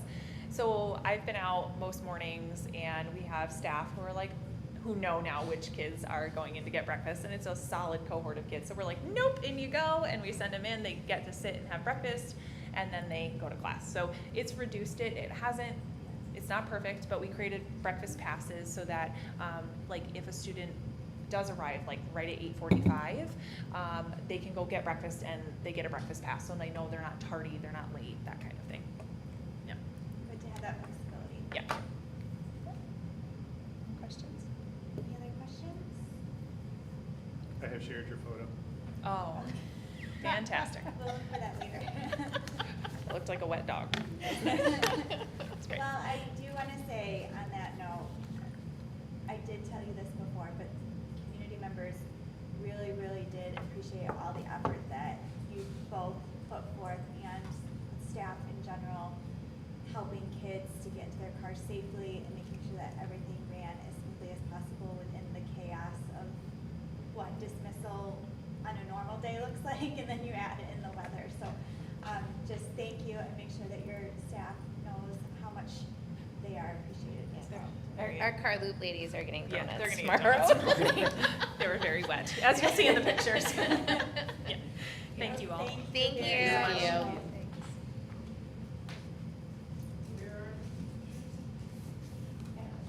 All right, next is superintendent's report. Adam? All right, upcoming presentation items. We have a finance and facilities meeting this week on the 20th. We have our next regular scheduled meeting on June the 1st, which will include updates on budget and the Kids Corner and Little Hornets Handbook and education updates. One caveat with the meeting on the 1st, that is also scheduled to be the championship game for the Diamond Classic, which seems to conflict with a board meeting every year. Our team is, I suppose you could call it a favorite. They're ranked number 4 in the state right now. Tomorrow. So- First game tomorrow. So right off the get-go, the first round started tonight, and it was rained out, obviously, with the storms, and so Williamston plays tomorrow. one of the things is we don't want to get caught in a situation where like we move the meeting date and then weather happens, and then the date that we move the meeting to is the date they play the game. But obviously, if you were at the last time we played the finals 2 years ago, like the entire community was there, like everybody was there. Like I think it was an attendance record for MSU's baseball stadium. So something that as the governance team, I think we'd want to be at. So that said, I think our tentative concept, if you will, would be to replicate what we did 2 years ago, where we hold on, we have a contingency plan on hold if the team advances to the first and there's no weather postponement of that game, that we perhaps move the meeting up 1 hour, which would allow us to take care of board business and then get over to MSU to watch the majority of, hopefully, of the contest. So still a lot of variables that could change between now and then. But just wanted to kind of put that out there as a contingency that on the first we could conceivably move that meeting up 1 hour. Good for Yes. summarizing. Yes. And then our final meeting of the school year will be on the 15th of June. Today we also sent out a schedule confirmation for the special meeting in July, which is scheduled for the 27th at 6 p.m. And that will be in the central office conference room, because I'm not sure what the condition of the flooring is going to be out here. And so I think better just to plan on having it at an area we know we can access in July. So I'll send out reminders as we get closer to it. Also, a quick reminder, if you're on finance and facilities, we're also meeting in the conference room for that meeting this week. So don't come here because there's a concert or something in the cafeteria next door. Moving on to one other request that the board had from the previous meeting was data on AP enrollment after Dr. Delp gave an update on MBU, Wilson Talent Center, concurrent enrollment, and dual enrollment. So we have a memo from Dr. Delp in the packet outlining the number of AP classes that were offered for this year, the number of classes that there were enough students interested in to take and actually ran, and then the total number of students enrolled in AP courses. The only question that I would ask on that would be is how does that differ from previous years? Because the data's not there. Just to see a trend line, but Say that again. I said the only thing that I don't see in there is a trend line to be able to see, are these numbers higher, are they lower? You know, what's the, whether it's 5 years or whatever it is. Because the last memo we got that said like up by a certain number of Yeah. students or whatever. But it would be I mean, good, we're it would be good offering- for us to see kind of the overall trend over a Trends, number of yeah. years, just to say, hey, we're on a downward projection or upward, or we're stable. In comparison, you know, when we see that the numbers of students that are doing dual enrollment may be going up, you know, is AP going down, you know, what does it all look like? I mean, it looks like we're offering actually some less classes, like European history, or nope, that's there, the economics, but then psychology picked up 2 sections, world history picked up 2. But, yeah, I mean, And And- how many students need to be enrolled for it to be a go? Do you know that? So it varies by class, because some of these you can take as an independent study, like for example, I think some of the art courses. We also were pretty generous in terms of the size requirements this year to run classes at the high school, because we didn't want the courses to disappear with the larger cohort of 8th graders moving into to be freshmen in the fall. So typically the average is 20. I mean, that's usually the guideline for the minimum number to run a course at the high school. I could say we were considerably less than that in some high school sections this year. But the goal is moving into next year, we expected those, as we looked at which classes would run for next year, that they were up around 20. so could some of these, I mean, Chris brings up a good point, because some of the kids taking the AP classes could be taking it through Michigan Virtual. It does, yeah, so this doesn't include data for So Michigan Virtual AP. we are kind of double dipping those numbers a little bit, but These are Williamston offered, Williamston teacher taught Classes that AP are- courses in the, I guess, the traditional sense of delivery medium.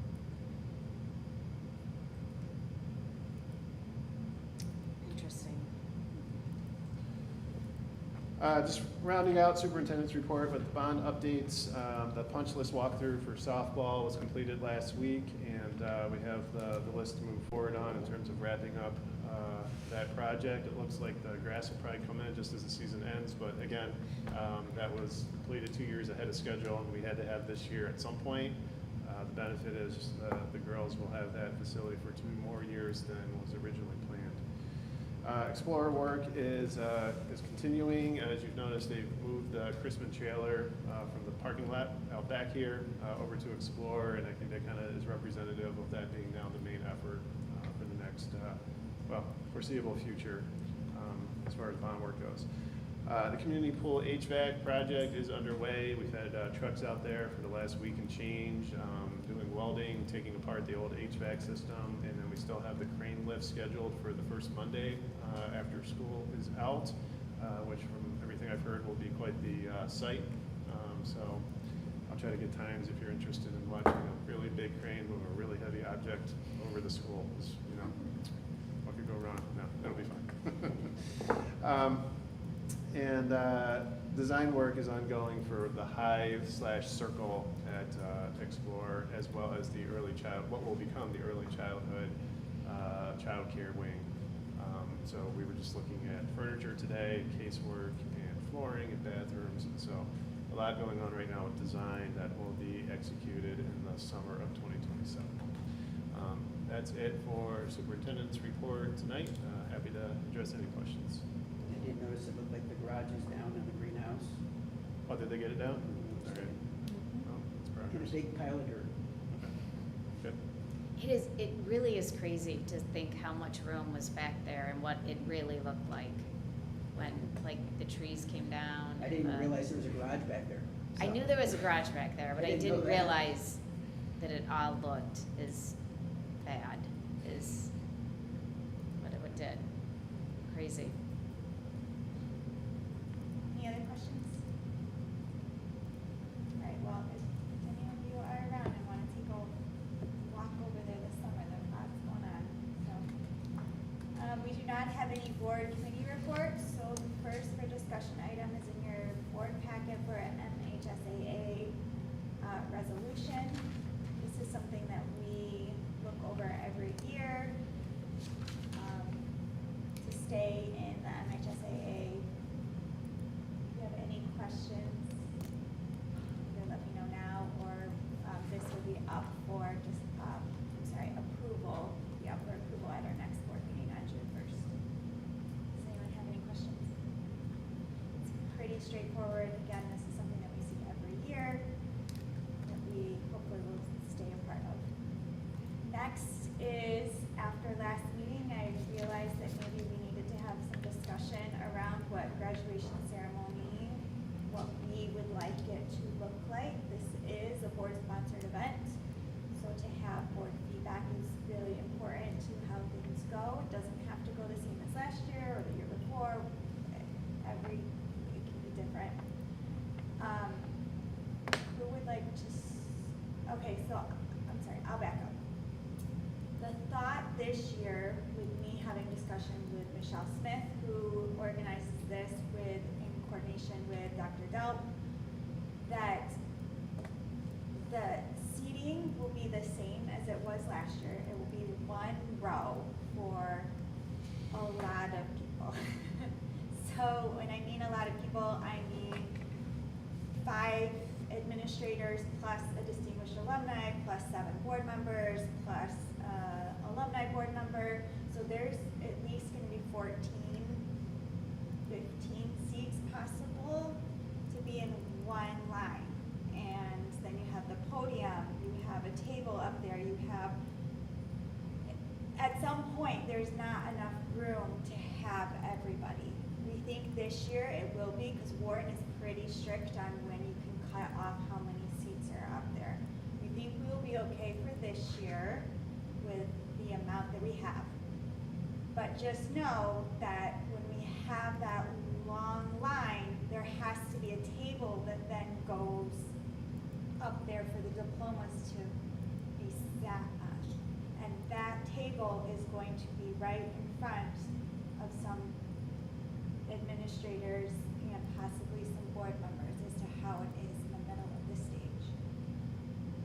We also talked at the last meeting, and this is where kind of that discussion came about, that instead of board members, again, there's a lot of moving parts. Instead of us moving and standing up and shaking every grad's hand, we would still have board members or former board members that have students graduating.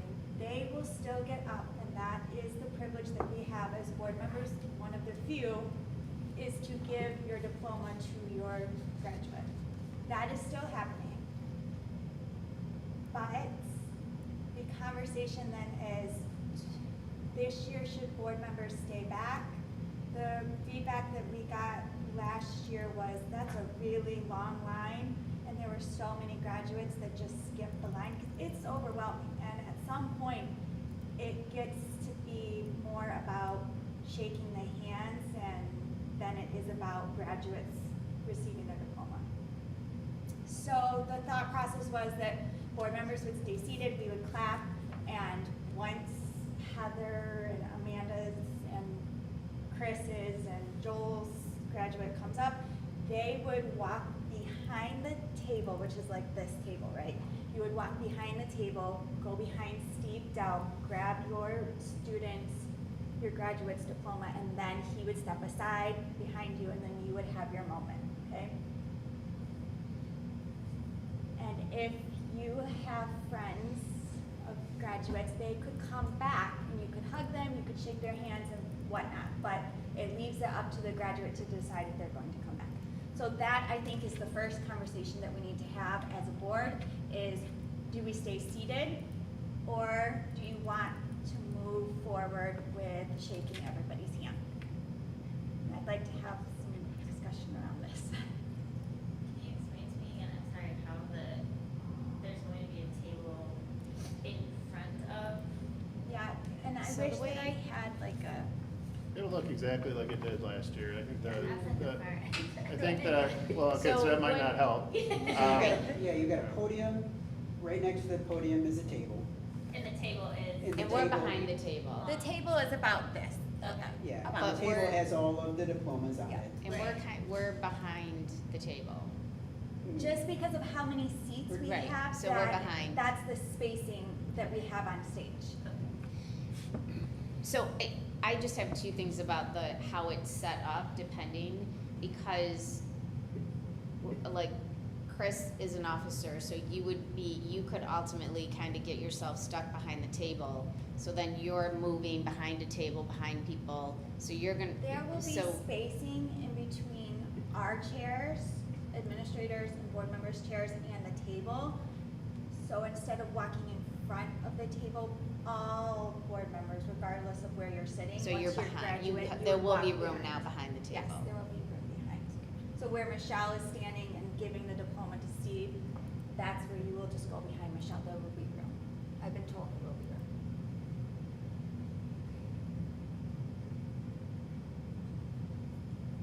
I guess as far as the handshaking and stuff goes, if we've gotten feedback from students that it's too much, then I'm perfectly happy respecting that and sitting down. That's fine. It's their day, not I don't know who ours. the feedback's from. Like, when I brought it up last time, I said that was the first time I've heard that there's been any concerns. You know, you made it sound like, oh, we all knew this. I didn't know. I've gotten feedback from this board about it too, Oh, so I- that's I've where not I'm like, heard okay. anybody say anything. I've about gotten that, some, so. when I was president, I did get some things, but it also kind of bugged, I mean, cause it's like, they're like, it is They'll do the first weird, couple cause of it's like them. shake, shake, shake, shake, shake, shake, shake, shake. I mean, we have to be realistic, we morphed from 8 people to now 15. So,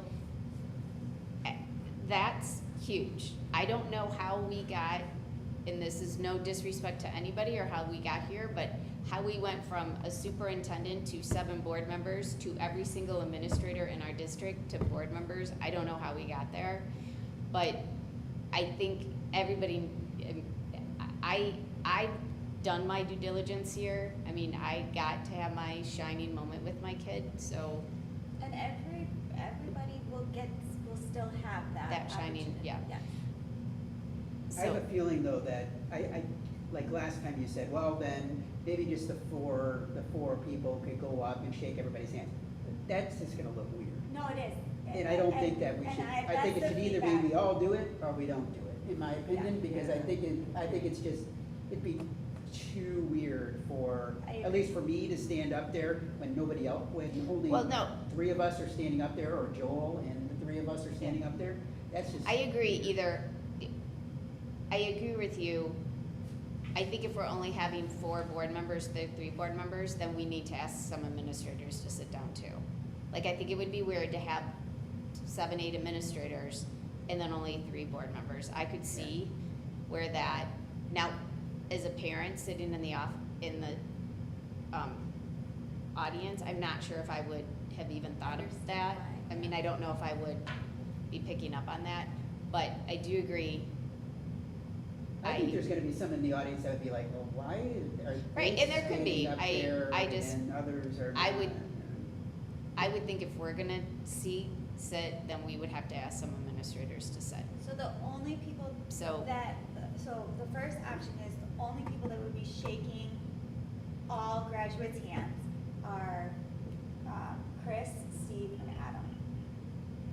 Those would be the only administrators that would be shaking hands. And in the past, Yeah. I mean, this did come from when Steve Delp came. This is how Okemos did it, where he had, so in the past, our assistant principal read the names, principal handed out the diploma, superintendent shook, board shook. When Steve came, in Okemos, they used their class advisors. So again, then you're adding, class advisors are now on the stage. They're not sitting with us, they're kind of off to the side. But class advisors were on the stage. So they do the reading of the names, hand out, so it's taken a life on its own and is involved into like Isn't it the class advisor? the class advisors now, but that is new. So that came when Steve Delp was here. It used to always be Mike Freeman. So it's shake the class advisor? No. No, they read the just read names. the names Yeah. and then They walk shake. across, Okay. yeah. Yes. So in the past, when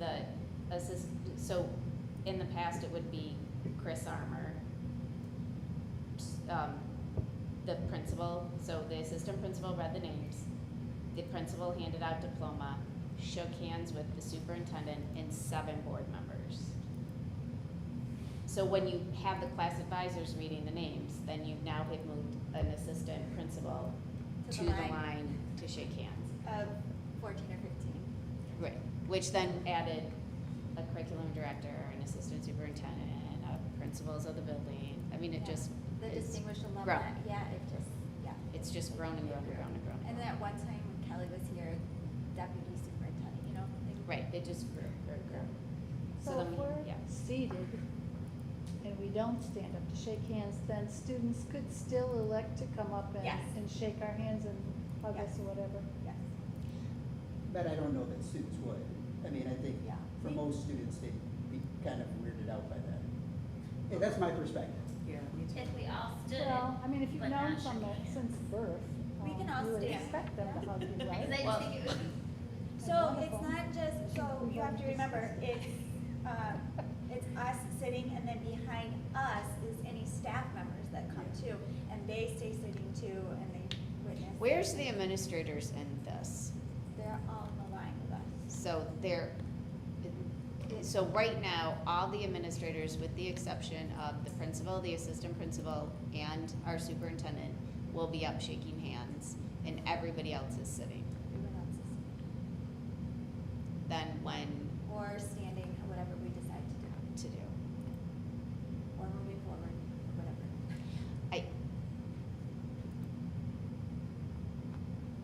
Because Steve usually says board members, please stand up and step forward. That's our cue to move forward. And I think if we stand up at our seats, then the staff behind us aren't gonna be able to see. Yeah, I was gonna say that. Either way, the staff can't see because we're all standing. I mean, Yeah. they kinda can see, I They can guess, a see little if bit, we're off to but the side, but I mean, if we're gonna stay at our seat, I'd rather sit at our seat. I don't wanna stand in front of our seat. But, Seems like if there was just the 7 of us, and Adam and Chris and Steve Delp, that's enough. there's 8 of us though, because Joel's coming back. Okay, so 8, but still, that's not such a long line. We also have there's 3 high school administrators. Oh, and the speaker. And you have the distinguished alumni recipient. Yeah. And so you're 5 right there before you've ever Yeah, got to the but what if board. it was limited to just? who you are and the Steve 3 and Chris? administrators from the high school?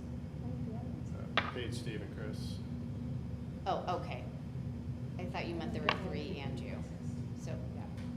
What, Paige is shaking hands too? He was there There's last a high year. school administrator. Wait. So you're talking, so the athletic director is there now too? Well, we never had. That's new since last year, or Yeah. that's You new weren't last here year. last year, he was there last year. Right, my niece graduated, I wasn't here. But I'm just saying, Yeah. okay, so go back, what would that be, 23, 24? The athletic director was not sitting in the front row with us. No. So last year, we added the athletic director. So this is where it gets a little frustrating. This is a board-sponsored event, and somehow we're adding every administrator that comes out of the woodwork. what I'm And saying. Why isn't I this get the it, board these thing? students know them, like, it just has grown to be kind of an out-of-control thing. And I'm not sure how we got here. We have the ability I just point out it's a high school graduation, so the high school administrators are kind of instrumental to the event. So just- Right, so the high school administrators should be front and center. I can see where that can make, and I'm gonna be honest, because there were people, some people still sitting here, some people not sitting here, who voiced to me over the years that this is a board-sponsored event. It is one of the only things we get to do. We don't get to be there. So the fact now that we're saying this is a student-centered event, then it should be about students. And administrators should take a seat, board should take a seat, and Chris should read the names, Steve Delp should hand out diplomas. If Adam wants to shake hands, okay. But if we're saying this is about students, then administrators and board members should be taking a seat. That is just my opinion. I said right now, it seems like we're at a turf war of who's more important, our administrators or board members. And there have been board members who have taken offense to being pushed over and over and over again. So again, it's trying to stick up for people on this board when you've talked to me about this before, was my job at one point. Now I guess you guys are gonna have to kind of do that, but it has grown out of control over the last 12 years of sitting on this board. And I don't know how, and I don't know why. And if we're gonna say this is a high school event and it's focused on the students, then everybody should take a seat. I mean, I don't know how we. It's really tough. I felt like last year especially, there were definitely students who were uncomfortable shaking everyone's hand. There were. But when you have that moment with your special student, it's the world.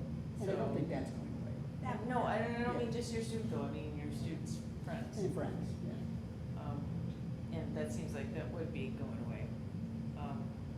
And then I'm all over the place, cause I also, every year that I participated, I have bruises on my hands. I swear, I bruise easy and have issues, but like, there's some, the fist bumping and the Yeah, we did the rings fist and- bump during COVID, that kind of stayed. Yeah. Then you do, yeah. That was 2022, my first one was all these. Then after that, we usually. Okay, so where are we landing with this? Because I agree with Nancy, and that's where I had conversations with Michelle and Steve about about this a couple weeks ago, beginning of the month, I don't even remember at this point now. And that I thought was the road that this board wanted to go based on previous feedback. But after last meeting, I don't know if that is, and we need to come to a consensus or a decision, at least. What was, Steve and Michelle's thought? They understood when I said student focus, this is about the students, let us take a back seat. Not a back seat, but let us not be up front, and they understood that, and they also know that we can make whatever decisions we would like. So they weren't saying. They didn't have one way or the other. Can we talk about the exact number that would be in line? 14, Maybe 14. possibly 15. That's a lot. I don't wanna make a universal rule though. No, it doesn't have to be. Okay. It can be on a graduation year basis or whatever, but we just need a decision to be given to Michelle so that they can start preparations and give the plans to Warren Center for the chairs and everything. And what we are going to do. Steve wants to know what he can expect and all the moving parts that he can put into his notes. So it's not an issue, like how much longer we take because we shake all these hands? That's not right? No, that's, Okay. Well, No. and Michelle, I mean, I think you add also Michelle, so now you got, I mean, she doesn't shake hands. but she's on stage. But in the past, the diplomas were empty, so the principal just took the diploma. When Steve came, he wanted the actual diploma in there, so that's why Michelle is up there opening every diploma, making sure that it goes It's to the right name. personalized. The right That's your actual diploma Yeah. that you're getting. So that is, I mean, That's where you that's have an to be extra person accurate. that comes out to be Yeah. there also. I feel like I go along with whatever everyone decides to do, but I really feel like if we just sit there, I don't feel like we're participating. I just feel like we're watching. We might as well sit in the audience. Selfishly, I'd like to shake everybody's hands. And I you know have all a, these you have a kids, different so, perspective. yeah. You have a graduate, you have relationships with a lot of those students. I understand that. For me, I don't, and so I feel like I don't mind. Would it be, and I totally understand your point of view when you say it would look weird. Could we have Steve announce, I will now invite Dr. Spina, our assistant principal, Chris Armour, our superintendent, Adam Spina, and name you three board members, our board members who have students graduating. Like, just name that, and so then they know you have students graduating, and then the other administrators and the other board members sit. If we asked him to make that announcement, like, this is why you three are up there, because you have a graduate. That could be an option. He didn't love how that might look. But it doesn't matter. It's How, what we like, decide. meaning that not all of us are up there, or that administrators aren't shaking hands either? Or that you might have some people, if we only had certain board members go up, that some of those graduates, they might still go back and shake your hand, see you and wanna shake your hand. And Yeah, no that would one's- be a funky. Yeah, no one's gonna do that to me, because I I'm don't know just anything. saying, they might shake their hands, but then also come back, and it could mess up the flow, is what he was thinking. I mean, so I don't. I feel like we're making this very. Right, I don't see students, I mean, would you three have students? Do you know any of those students that would, like, not do what you're told to, like, you're gonna shake these people's hand, get off the stage, you're gonna get your picture at the bottom of the thing? Would any of them, like, walk behind to shake, like? Not, I think if I went up and hugged Right, I but you're wanted gonna be, but you would already be up there. If Steve made that announcement, that I'm inviting our assistant principal, I mean, even, I, I think it should be all board members or no board members, but that's just my thought process. well, or, yeah, I don't have, See, I would agree with you that, I mean, I think if we're not going to stand and we're gonna sit, I think it makes sense to pare down who all is standing, because 15 people standing in a line makes no sense. You know, I've been a part of other school districts, I've been a part of universities. It's not, I mean, it's very untypical to see that large of a line on stage of people that are being Correct. expected for students to shake hands. I mean, what we do is not the norm of the schools that I've been a part of. And, So this goes I mean, it's against special, Adam's but it's thinking? not normal. And with 15, right, I agree with you. That's- It's not normal. I Yeah. mean, it was, when it So- was board members and the couple, it seemed fine.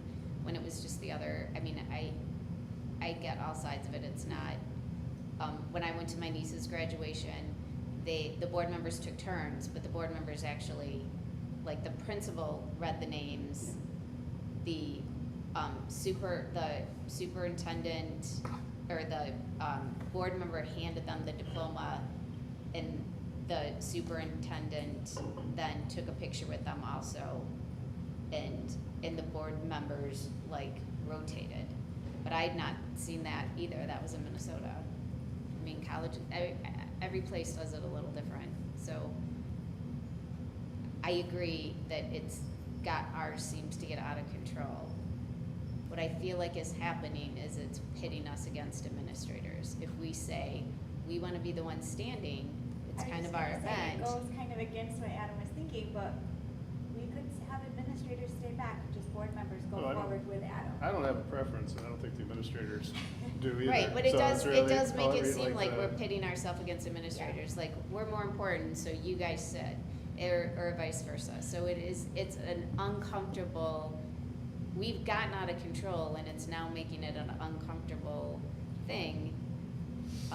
And see, the conversation came up because last year after the graduation, like most people acknowledged, it was a very successful event. The feedback that I got from the board, not as a collective, but from individual members, was that the kids did not like having to go through the handshake line with that many people, and the recommendations for multiple board members were that the line gets shortened to just a few people shaking hands, because that seemed to be what the kids were signaling through their response as they passed through the line. So this whole conversation comes out of that feedback from last year. There's no hard position by any of the administrators. I was simply pointing out that it's a high school graduation. Every event the district runs is a board-sponsored event. So just want to kind of keep that caveat out there. We have no, however you'd like to make it work. I was just advising us throwing a curveball to Steve this late in the game as far as changing like the structure of like how the diplomas gets passed out, who's reading the names. Handshake line, whatever the board prefers is what we'll do. Just thinking outside the box, what if instead of handshakes, we have a high five line, which takes less time and it's easier to like not give someone a high five than to not shake their hand? You know, like it's. Well, and I think from what I heard, or what I've even heard in the past, some students they just don't shake hands. I mean, they didn't go by us and say, oh my God, this sucks completely. They just shook some hands and then were like, I'm not doing this, and Yeah. then just kept walking. Because there were so many. Right, I mean, and I get it. well, Like, and it there are is like, students that are neurodivergent, Yes. that would be way too overwhelming, and. right, and I get it. You're, And I get that. And I get that. That was just a couple though. Yeah. Okay, I still don't hear. It's tough. I think I don't know, I'm guessing all the parents with students graduating are going to want to shake hands. But I guess that's 3, so it's not a majority. I mean, I think we have to admit it does bog down. It does. Like, for so, sure. I mean, I do feel like each student deserves their own 15 seconds of fame. Yeah. Like, they get their name called, They go from the podium to getting their thing and get a picture. They then walk down the stairs. I mean, they should get their whole 15 seconds on that stage. And they really don't get that, No, they because don't. now we start handshake, handshake, get handshake, basically and one now second. you got, Yeah. if you look at video or pictures, is you're trying to get a picture of your student, you got them right after the student, it's Yeah. just bogged down. I So, mean, if that's the case, I mean, if we're talking about paring down, then you really need to look at it and say, and who really should be shaking hands? right, You know, and right. in my opinion, if it's a high school graduation, in my mind, I think of high school principal and assistant principal. I don't think, I hate to say it, but I don't think of athletic director. I don't Because the either. athletic director knows a small portion of the students, but isn't interacting with every student at the high school. The assistant principal and principal are. I could see the superintendent doing it. But that okay. would be it, But, okay. in my mind. So what We if, can't make- What Adam just said is accurate. We can't pare down the already 14 That's chairs. not what he said. That is not what Adam just said. Adam said. He just said it would he be said challenging. he said we should not change how the diploma is handed out or who is saying the names. That is what he said. Yeah, the feedback last year from the board was everything was good. Everything was good about all that stuff. The way the whole thing worked. The one point was the handshake line with the okay, kids. That was the only so part. what that if we, I heard did feedback on. this? Because I'm hearing you and I'm hearing you. And I don't have skin in the game here. What if we keep it to Steve Delp, Chris Armour, Dr. Spina, you guys go up when it's your kid. If you three are at the end of our line and see someone that you want to go hug, could you just get up and hug them before they go down the stairs and then sit down? What's that? I said I'm fine with that.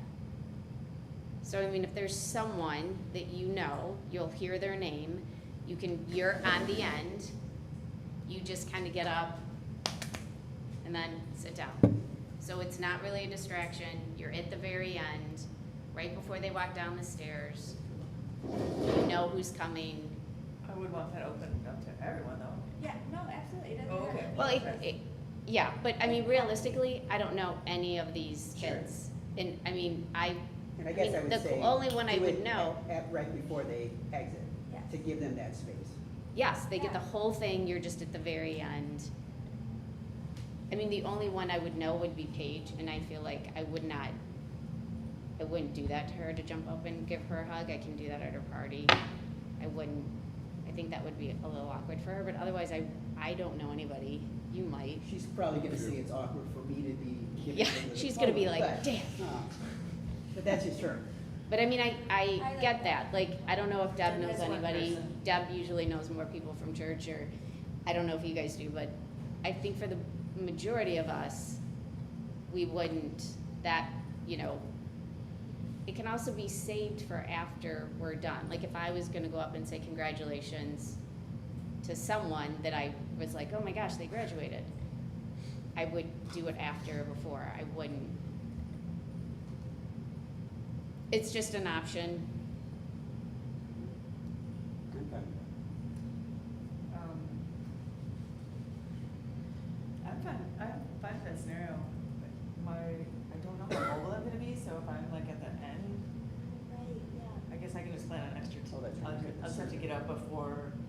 Well, all three of you are going to have to, look at that, know who comes Yeah. for it, because Yeah. to make it a smooth thing, you're gonna wanna get up there a couple names before, Right. get your diploma, and then usually you, put your hand on their shoulder or something, and then he steps behind the table. So you're really gonna move up there, 3 or 4 kids' names Okay. before you go.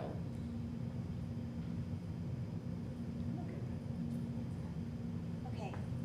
Would you like me to ask Steve in the script to add something that specifically mentions, so there's no misinterpretation by guests Yeah. around that? We could just be very explicit, next, these 3 people will be presenting or congratulating I don't know, you can wordsmith it, but just. I don't think, it's been done before. I don't think anybody, if there's anyone in that audience that like most people will know, like it's your kid, it's your kid, it's your kid. I mean, just- we was haven't just had that in the thinking past. So that there's no, this is different, just so like no one feels like, well, why is the board not congratulating? I don't know, Oh, so. sure. It would just be a preface, like, you know, very Whatever. specific, these people will now be, you know, bestowing the But diplomas. administrators won't be doing that either. Well, we'll be in the line, so it would sort of like we're there. But the only administrators that are going to be there is Stand Steve, forward. Chris, you. That's it. And the Every other- distinguished alumni recipient, so it would be something like. But you the know, distinguished alumni doesn't need to be there either. I don't They think can they need sit. to They, shake that is, they did Unless not that always person's shake already been hands. told that Yeah, he could that's sit part of it. down. I don't know, He would- have they already been told that? I don't know, but that's an easy fix. I don't think they'd be opposed to it. Yeah. So. Because I think that person, it's been awkward for that person. I've seen that person kind of be like, oh, Yeah. hi, Right. you're at. I think they, again, when we started this way back when, I mean, it was, when I first got on the board, it was, what's her name? She did not shake hands. She was a teacher. Who was it, the very first one? She was a teacher. All right, so I'm glad I asked. So Steve would then preface it that, you know, it's gonna be myself, Chris, was really just the two of us. Just you. Yes, And you. that's it. So- We'll be, you know, again, wordsmith it, but something along those lines. Okay, Yeah. I can have him edit to that script. So my niece will be right after. Yeah. Am I able to give? No. her- No, okay. No, Well, you in the cannot only- give the diploma, no. Okay. You But can. you can step aside and give her a hug at the end of the Okay. Yeah, I would step down there. But no. Go all the way. And the reason we're saying no is because that's been brought up before and we just had to kind of cut it. Like, we had a board member that had like 5 or 6 people. And Yeah. I just thought because I was right there. I know, it's grown, but And it sounds like maybe next year there might be some changes to who is sitting for the number of seats, so. We have a new high school principal. Sure. That'll be for another conversation, but the second part of graduation ceremony and diploma distribution is staff. no. And I'm saying no because we've had this conversation before where staff has asked if they can give out their diplomas.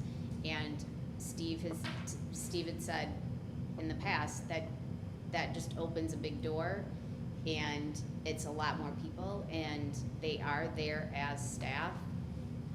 They're not there necessarily as a parent. And my vote would be no. I think we're opening a can of worms and we would then have a ton of staff doing that. And you're right, this does get asked every year if staff can have a role in handing out their diplomas or being in line when all of us were in line, you know, all of that stuff. And this board and along with coordination with the high school, we've said no to that for those simple reasons. They are not on, now they are on stage behind us, but they are on stage as staff members. They get that privilege to be on stage representing as a staff member, not representing as a parent. And those lines can get very blurred Correct. if that is then passed along to them to distribute their diploma to their graduate. Does anybody else have an opposing opinion or view?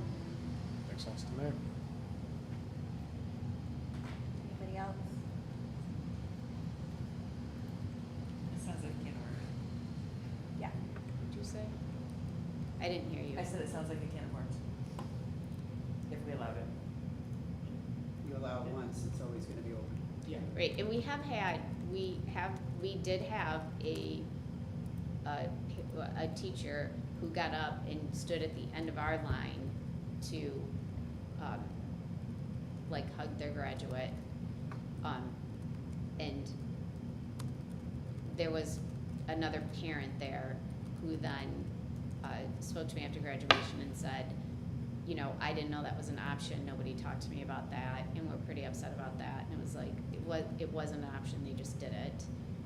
I mean, if they wanna keep their robe on and go out and find their student and take a picture, I think that would be fine. But there have been years where there's a ton of teacher kids graduating. I think we have several years coming up where we have several.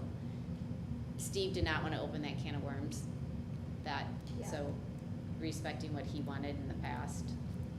That's a good idea though, to offer for them to leave their robes on for a longer time afterwards. So they can Right, take if they want to pictures. go out and get a picture. Yeah. Or before graduation, before. run up to your thing, run up to the balcony and get a picture with your student. All right, anybody else have strong views on that? Okay, you have notes to take back to Steve? Me and Chris shake hands. Yeah, okay. Chris and I, or the right way to say that is. All right, along those lines, you should be receiving, parking pass soon, along with everything that entails with graduation, time to be there, all those things. You should be receiving those soon. At this point, maybe hopefully the June 1st meeting, at the latest, so. All right, last meeting, we also talked about a possible resolution or letter for the 31AA funding. Do you wanna- Well, I can, give Give the, a little bit more. the quick history. I think Sarah has some specific details if the board's curious in terms of purpose and the actual dollar amounts, but 31AA has been the categorical fund that's been used to promote district safety and mental health initiatives. It was something that was in place for a couple years. Then the funding was cut. There was a huge pushback by educational leaders. One of the political parties used it against the other political party in an election year, so a lot of the funding got put back. And then this year, in the budget cycle, it was tied to conditions that 75% of the school districts in Michigan found unacceptable, mostly because they required employees to give up their constitutionally protected rights in the event of a very vaguely defined circumstance that might happen at any moment in any school in the state. The impact on that was we lost, and Sarah, correct me if I'm wrong, just over $300,000 in funding for this year, which is a lot of money. When you look at the fact that I think our total new per pupil revenue this year, which was a lot, was about $800,000 out of the base foundation. So that's a lot of money to turn down. But obviously, I think, as most districts in the state determined, the conditions were unacceptable. The issue moving into this budget cycle is that the legislature is debating, again, whether to approve 31AA with conditions. I think the governor's budget maintained the status quo for this year, which would then recreate the situation that we have this year. So the concept was whether the board might be interested during this period, which the budget is hopefully in the process of being constructed, a note out to our representatives indicating that the safety of our staff and students should not be subject to constitutionally, anti-constitutional provisions, I guess I'll put it that way. So that's kind of the concept. There's no formal proposal, but it was just a discussion to see where the board might be at on that particular topic. So would you draft a letter that we would all sign, or how would that work? Well, in the past, when the board has taken a position, you can do a couple different ways. You can do a resolution, or you could just do a joint letter from the board. Typically, I take the lead on writing the draft, but then obviously the board would have input into the specific pros or highlights that you'd want to include. So you can kind of do it different ways if you want to do it at all. Obviously, you're making a political public policy statement as a collective that you'd have to feel comfortable with making.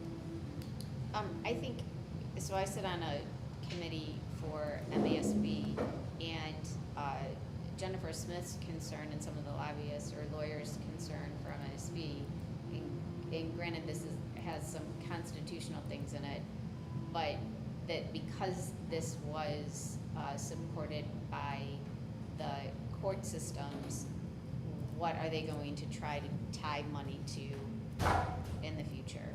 Like, will they tie it to their 3rd grade reading norms? Will they tie it to mental health outcomes? Will they tie it to, like, what will they tie money to? Because they're gonna look at that they were successful doing it this way. And that's what they're concerned about, and I would be very supportive. To me, I don't think it's political. It's money that's owed to school to help with services, and they're making it political, and they're tying it to things that I don't think any money should be tied to something. So I would appreciate if Adam wrote a letter, we could look at it, sign it, send it off. That's my opinion. I agree. I'm frightened that, what it could lead to in the future. Is there an argument to be made for a letter versus a resolution, or vice versa? Is one considered more effective? The letter might be more tangible.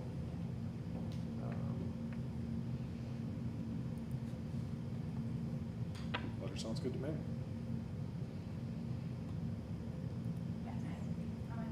So we originally, I think it was 22, 23, had 31 funding that allowed us to hire social workers, counselors, nurses, things like that.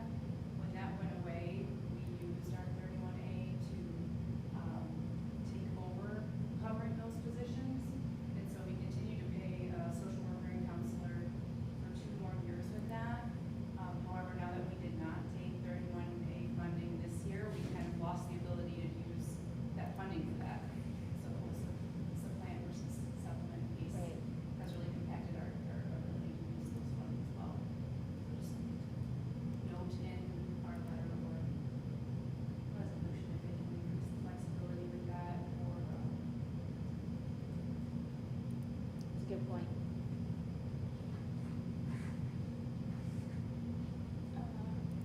Okay.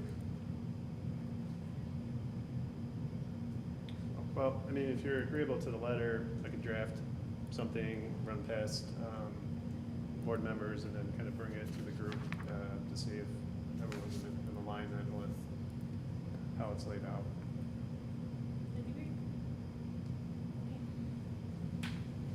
Yes, please start that process. All right, we're up to, I'm sorry, any other discussion on that? If anything does come up and you have questions about it, or you would like something to be added to that, reach out to Adam so that we can put that in.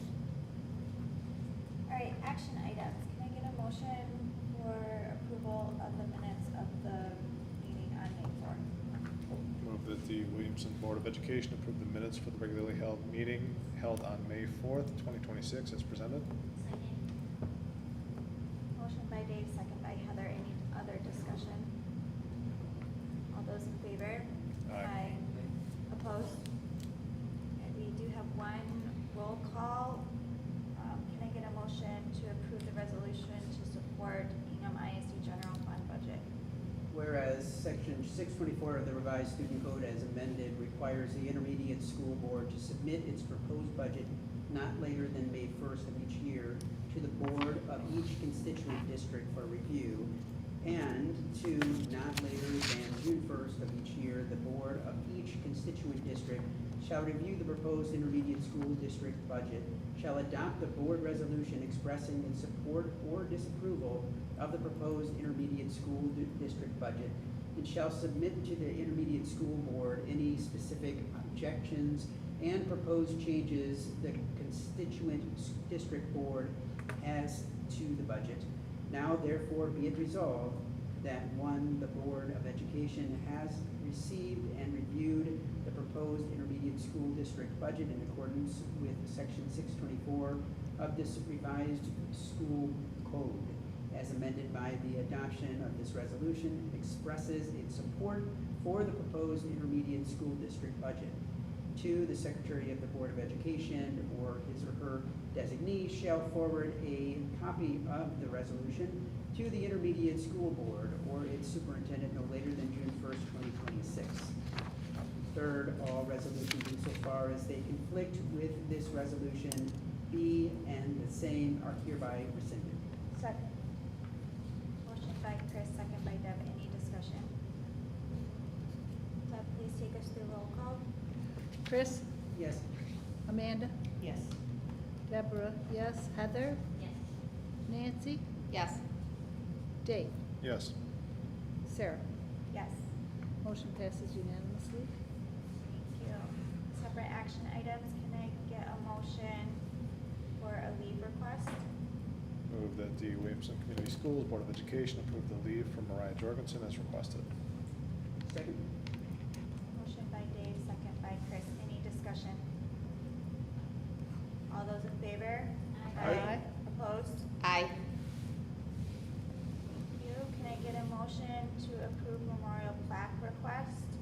Make a motion that the Williamston Community Schools Board of Education approve the request for memorial plaque honoring Phoebe Crabtree and its placement in the high school costume shop. Second? Motion by Chris, second by Amanda. Any discussion? I do want to point out that the family is paying for the plaque and they have changed the wording. You have a memo in your board packet about that. Any other discussion? All those in favor? Aye. Opposed? Can I get a motion to approve the 2026-2027 Williamston High School Student Handbook? I move that the Williamston Community Schools Board of Education approve the 2026-2027 High School Student Handbook as presented. Second.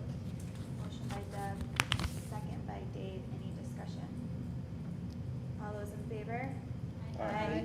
Opposed? Can I get a motion to approve board policies to revise? Athletic handbook. Oh, I'm sorry. Let me back up. Can I get a motion to approve the 2026-2027 athletic handbook? Move that the Williamston Community Schools Board of Education approve the 2026-2027 athletic handbook as presented. Second. Motion by Dave, second by Heather. Any discussion? All those in favor? Aye. Opposed? Now can I get a motion to approve board policies to revise? Make a motion that the Williamston Community Schools Board of Education revise the following board policies: 1000 board bylaws, 2020-2 organizational chart, 2104 employment of the superintendent, 4080 emergency closings, 5165 remote work, and 5165R remote work regulations. Second. Motion by Chris, second by Heather. Any discussion? I just want to, I understand why we can't take this organizational chart back, but I do want to, for the record, just put in there that I do not agree with not having special ed teachers under a special ed director. I'm not gonna hold this up and say that we need to revisit this, but I do want my objection to be noted. Thank you. Any other discussion? All those in favor? Aye. Opposed? Can I get a motion to approve board policies to rewrite? Move that the Williamston Community Schools Board of Education rewrite policy 5030, non-discrimination and equal opportunity, or equal employment opportunity. Second. Motion by Dave, second by Deb. Any discussion? All those in favor? Aye. Opposed? Thank you. Review of work goals, and we did get quite a bit of correspondence, retirement, resignations, and a thank you letter from the high school kitchen staff thanking us for the staff appreciation lunch, which is nice. I don't see any citizens in the audience, so next is board. I just have a question. Are we gonna have to hire for any of these resignations? Or are we good on staff? Well, we would hire for, The special ed teacher? Well, we'll hire for all of those. Yeah, the special ed has been posted, building sub, I'm not sure if it's posted or not, but we would replace But it. we're So, we yeah, need to so all replace these those. that are listed in this packet would be hired Have to for. be replaced, okay. Any other discussion? All right, well, that does bring up board member reports and requests. Anybody have anything? I have a question. For the ice cream social then, we are not actually doing anything there other than That's providing correct. the We are basket? not participating. You can come and enjoy the event, but we are donating a basket. And I'm working on, arranging a time and place to meet to deliver that. And it does back up to, the high school jazz band is performing at 7 o'clock. Yes, and at the band shell. concert in the park, so, if any of you can come to that. The middle school, I think, is also performing too. I think so too, yes. Do you need donations for the basket, or are you taking I will money take- donations to? I will take donations, but. Well, I mean donations, because I'm cleaning out my closet, Oh. like what? I'm sorry, I thought you meant I have monetary like a pair of donations. socks, maybe, a We can coffee chat. pot. We'll talk. Okay. Anything I else? wanted to thank everyone who was able to come and give lunches to our dedicated staff. It's just hard to swing that when Yeah. your They were very appreciative. schedules, but I'd like to thank everyone who was able to attend. They love the stadium blankets, that was a hit. Excellent. It seemed like this year, more teachers showed more appreciation. I don't know what, I mean, we had the person come to the school board, Yeah. you saw the thank you note from the kitchen staff. I mean, so many came up to us and personally thanked us, and I said, no, we're here to thank you, but it was very nice. I should note that it wasn't just kitchen staff, it was also, crossing guards were, also in that too, so.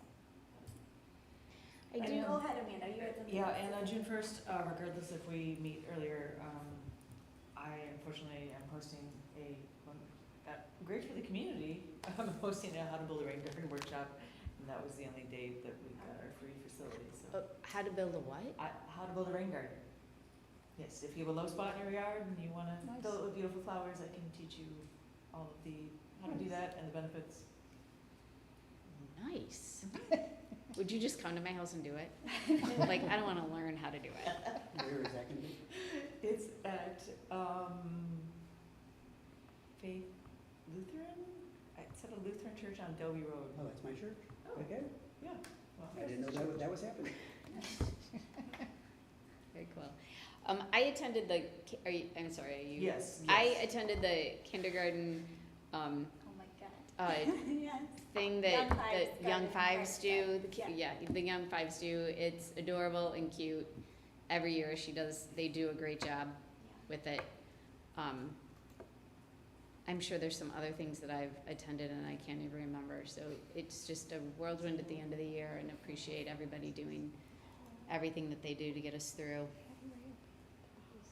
Yeah, check in on your teachers. Yeah, I do, and I do want to follow up a little bit with what Deb said. This might be a thought for next year. I so appreciate, because there is no ill will here.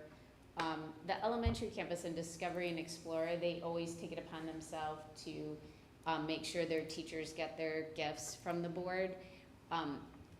The middle school and the high school just have them at the luncheon for us to hand out, and it actually was very nice because you actually made contact. It's a personal touch. It was a little personal, so as much as I so appreciate Discovery and Explorer doing that, maybe if we could have our gift at their luncheon, so we could like hand it out and mark them off just to say that hello, because a lot of them, I mean, I get, there was a lot going on that day too for them, so they came in and grabbed their lunch and left, and there were so many people I didn't even see, and Sarah's like, oh no, they came in, but they had to leave.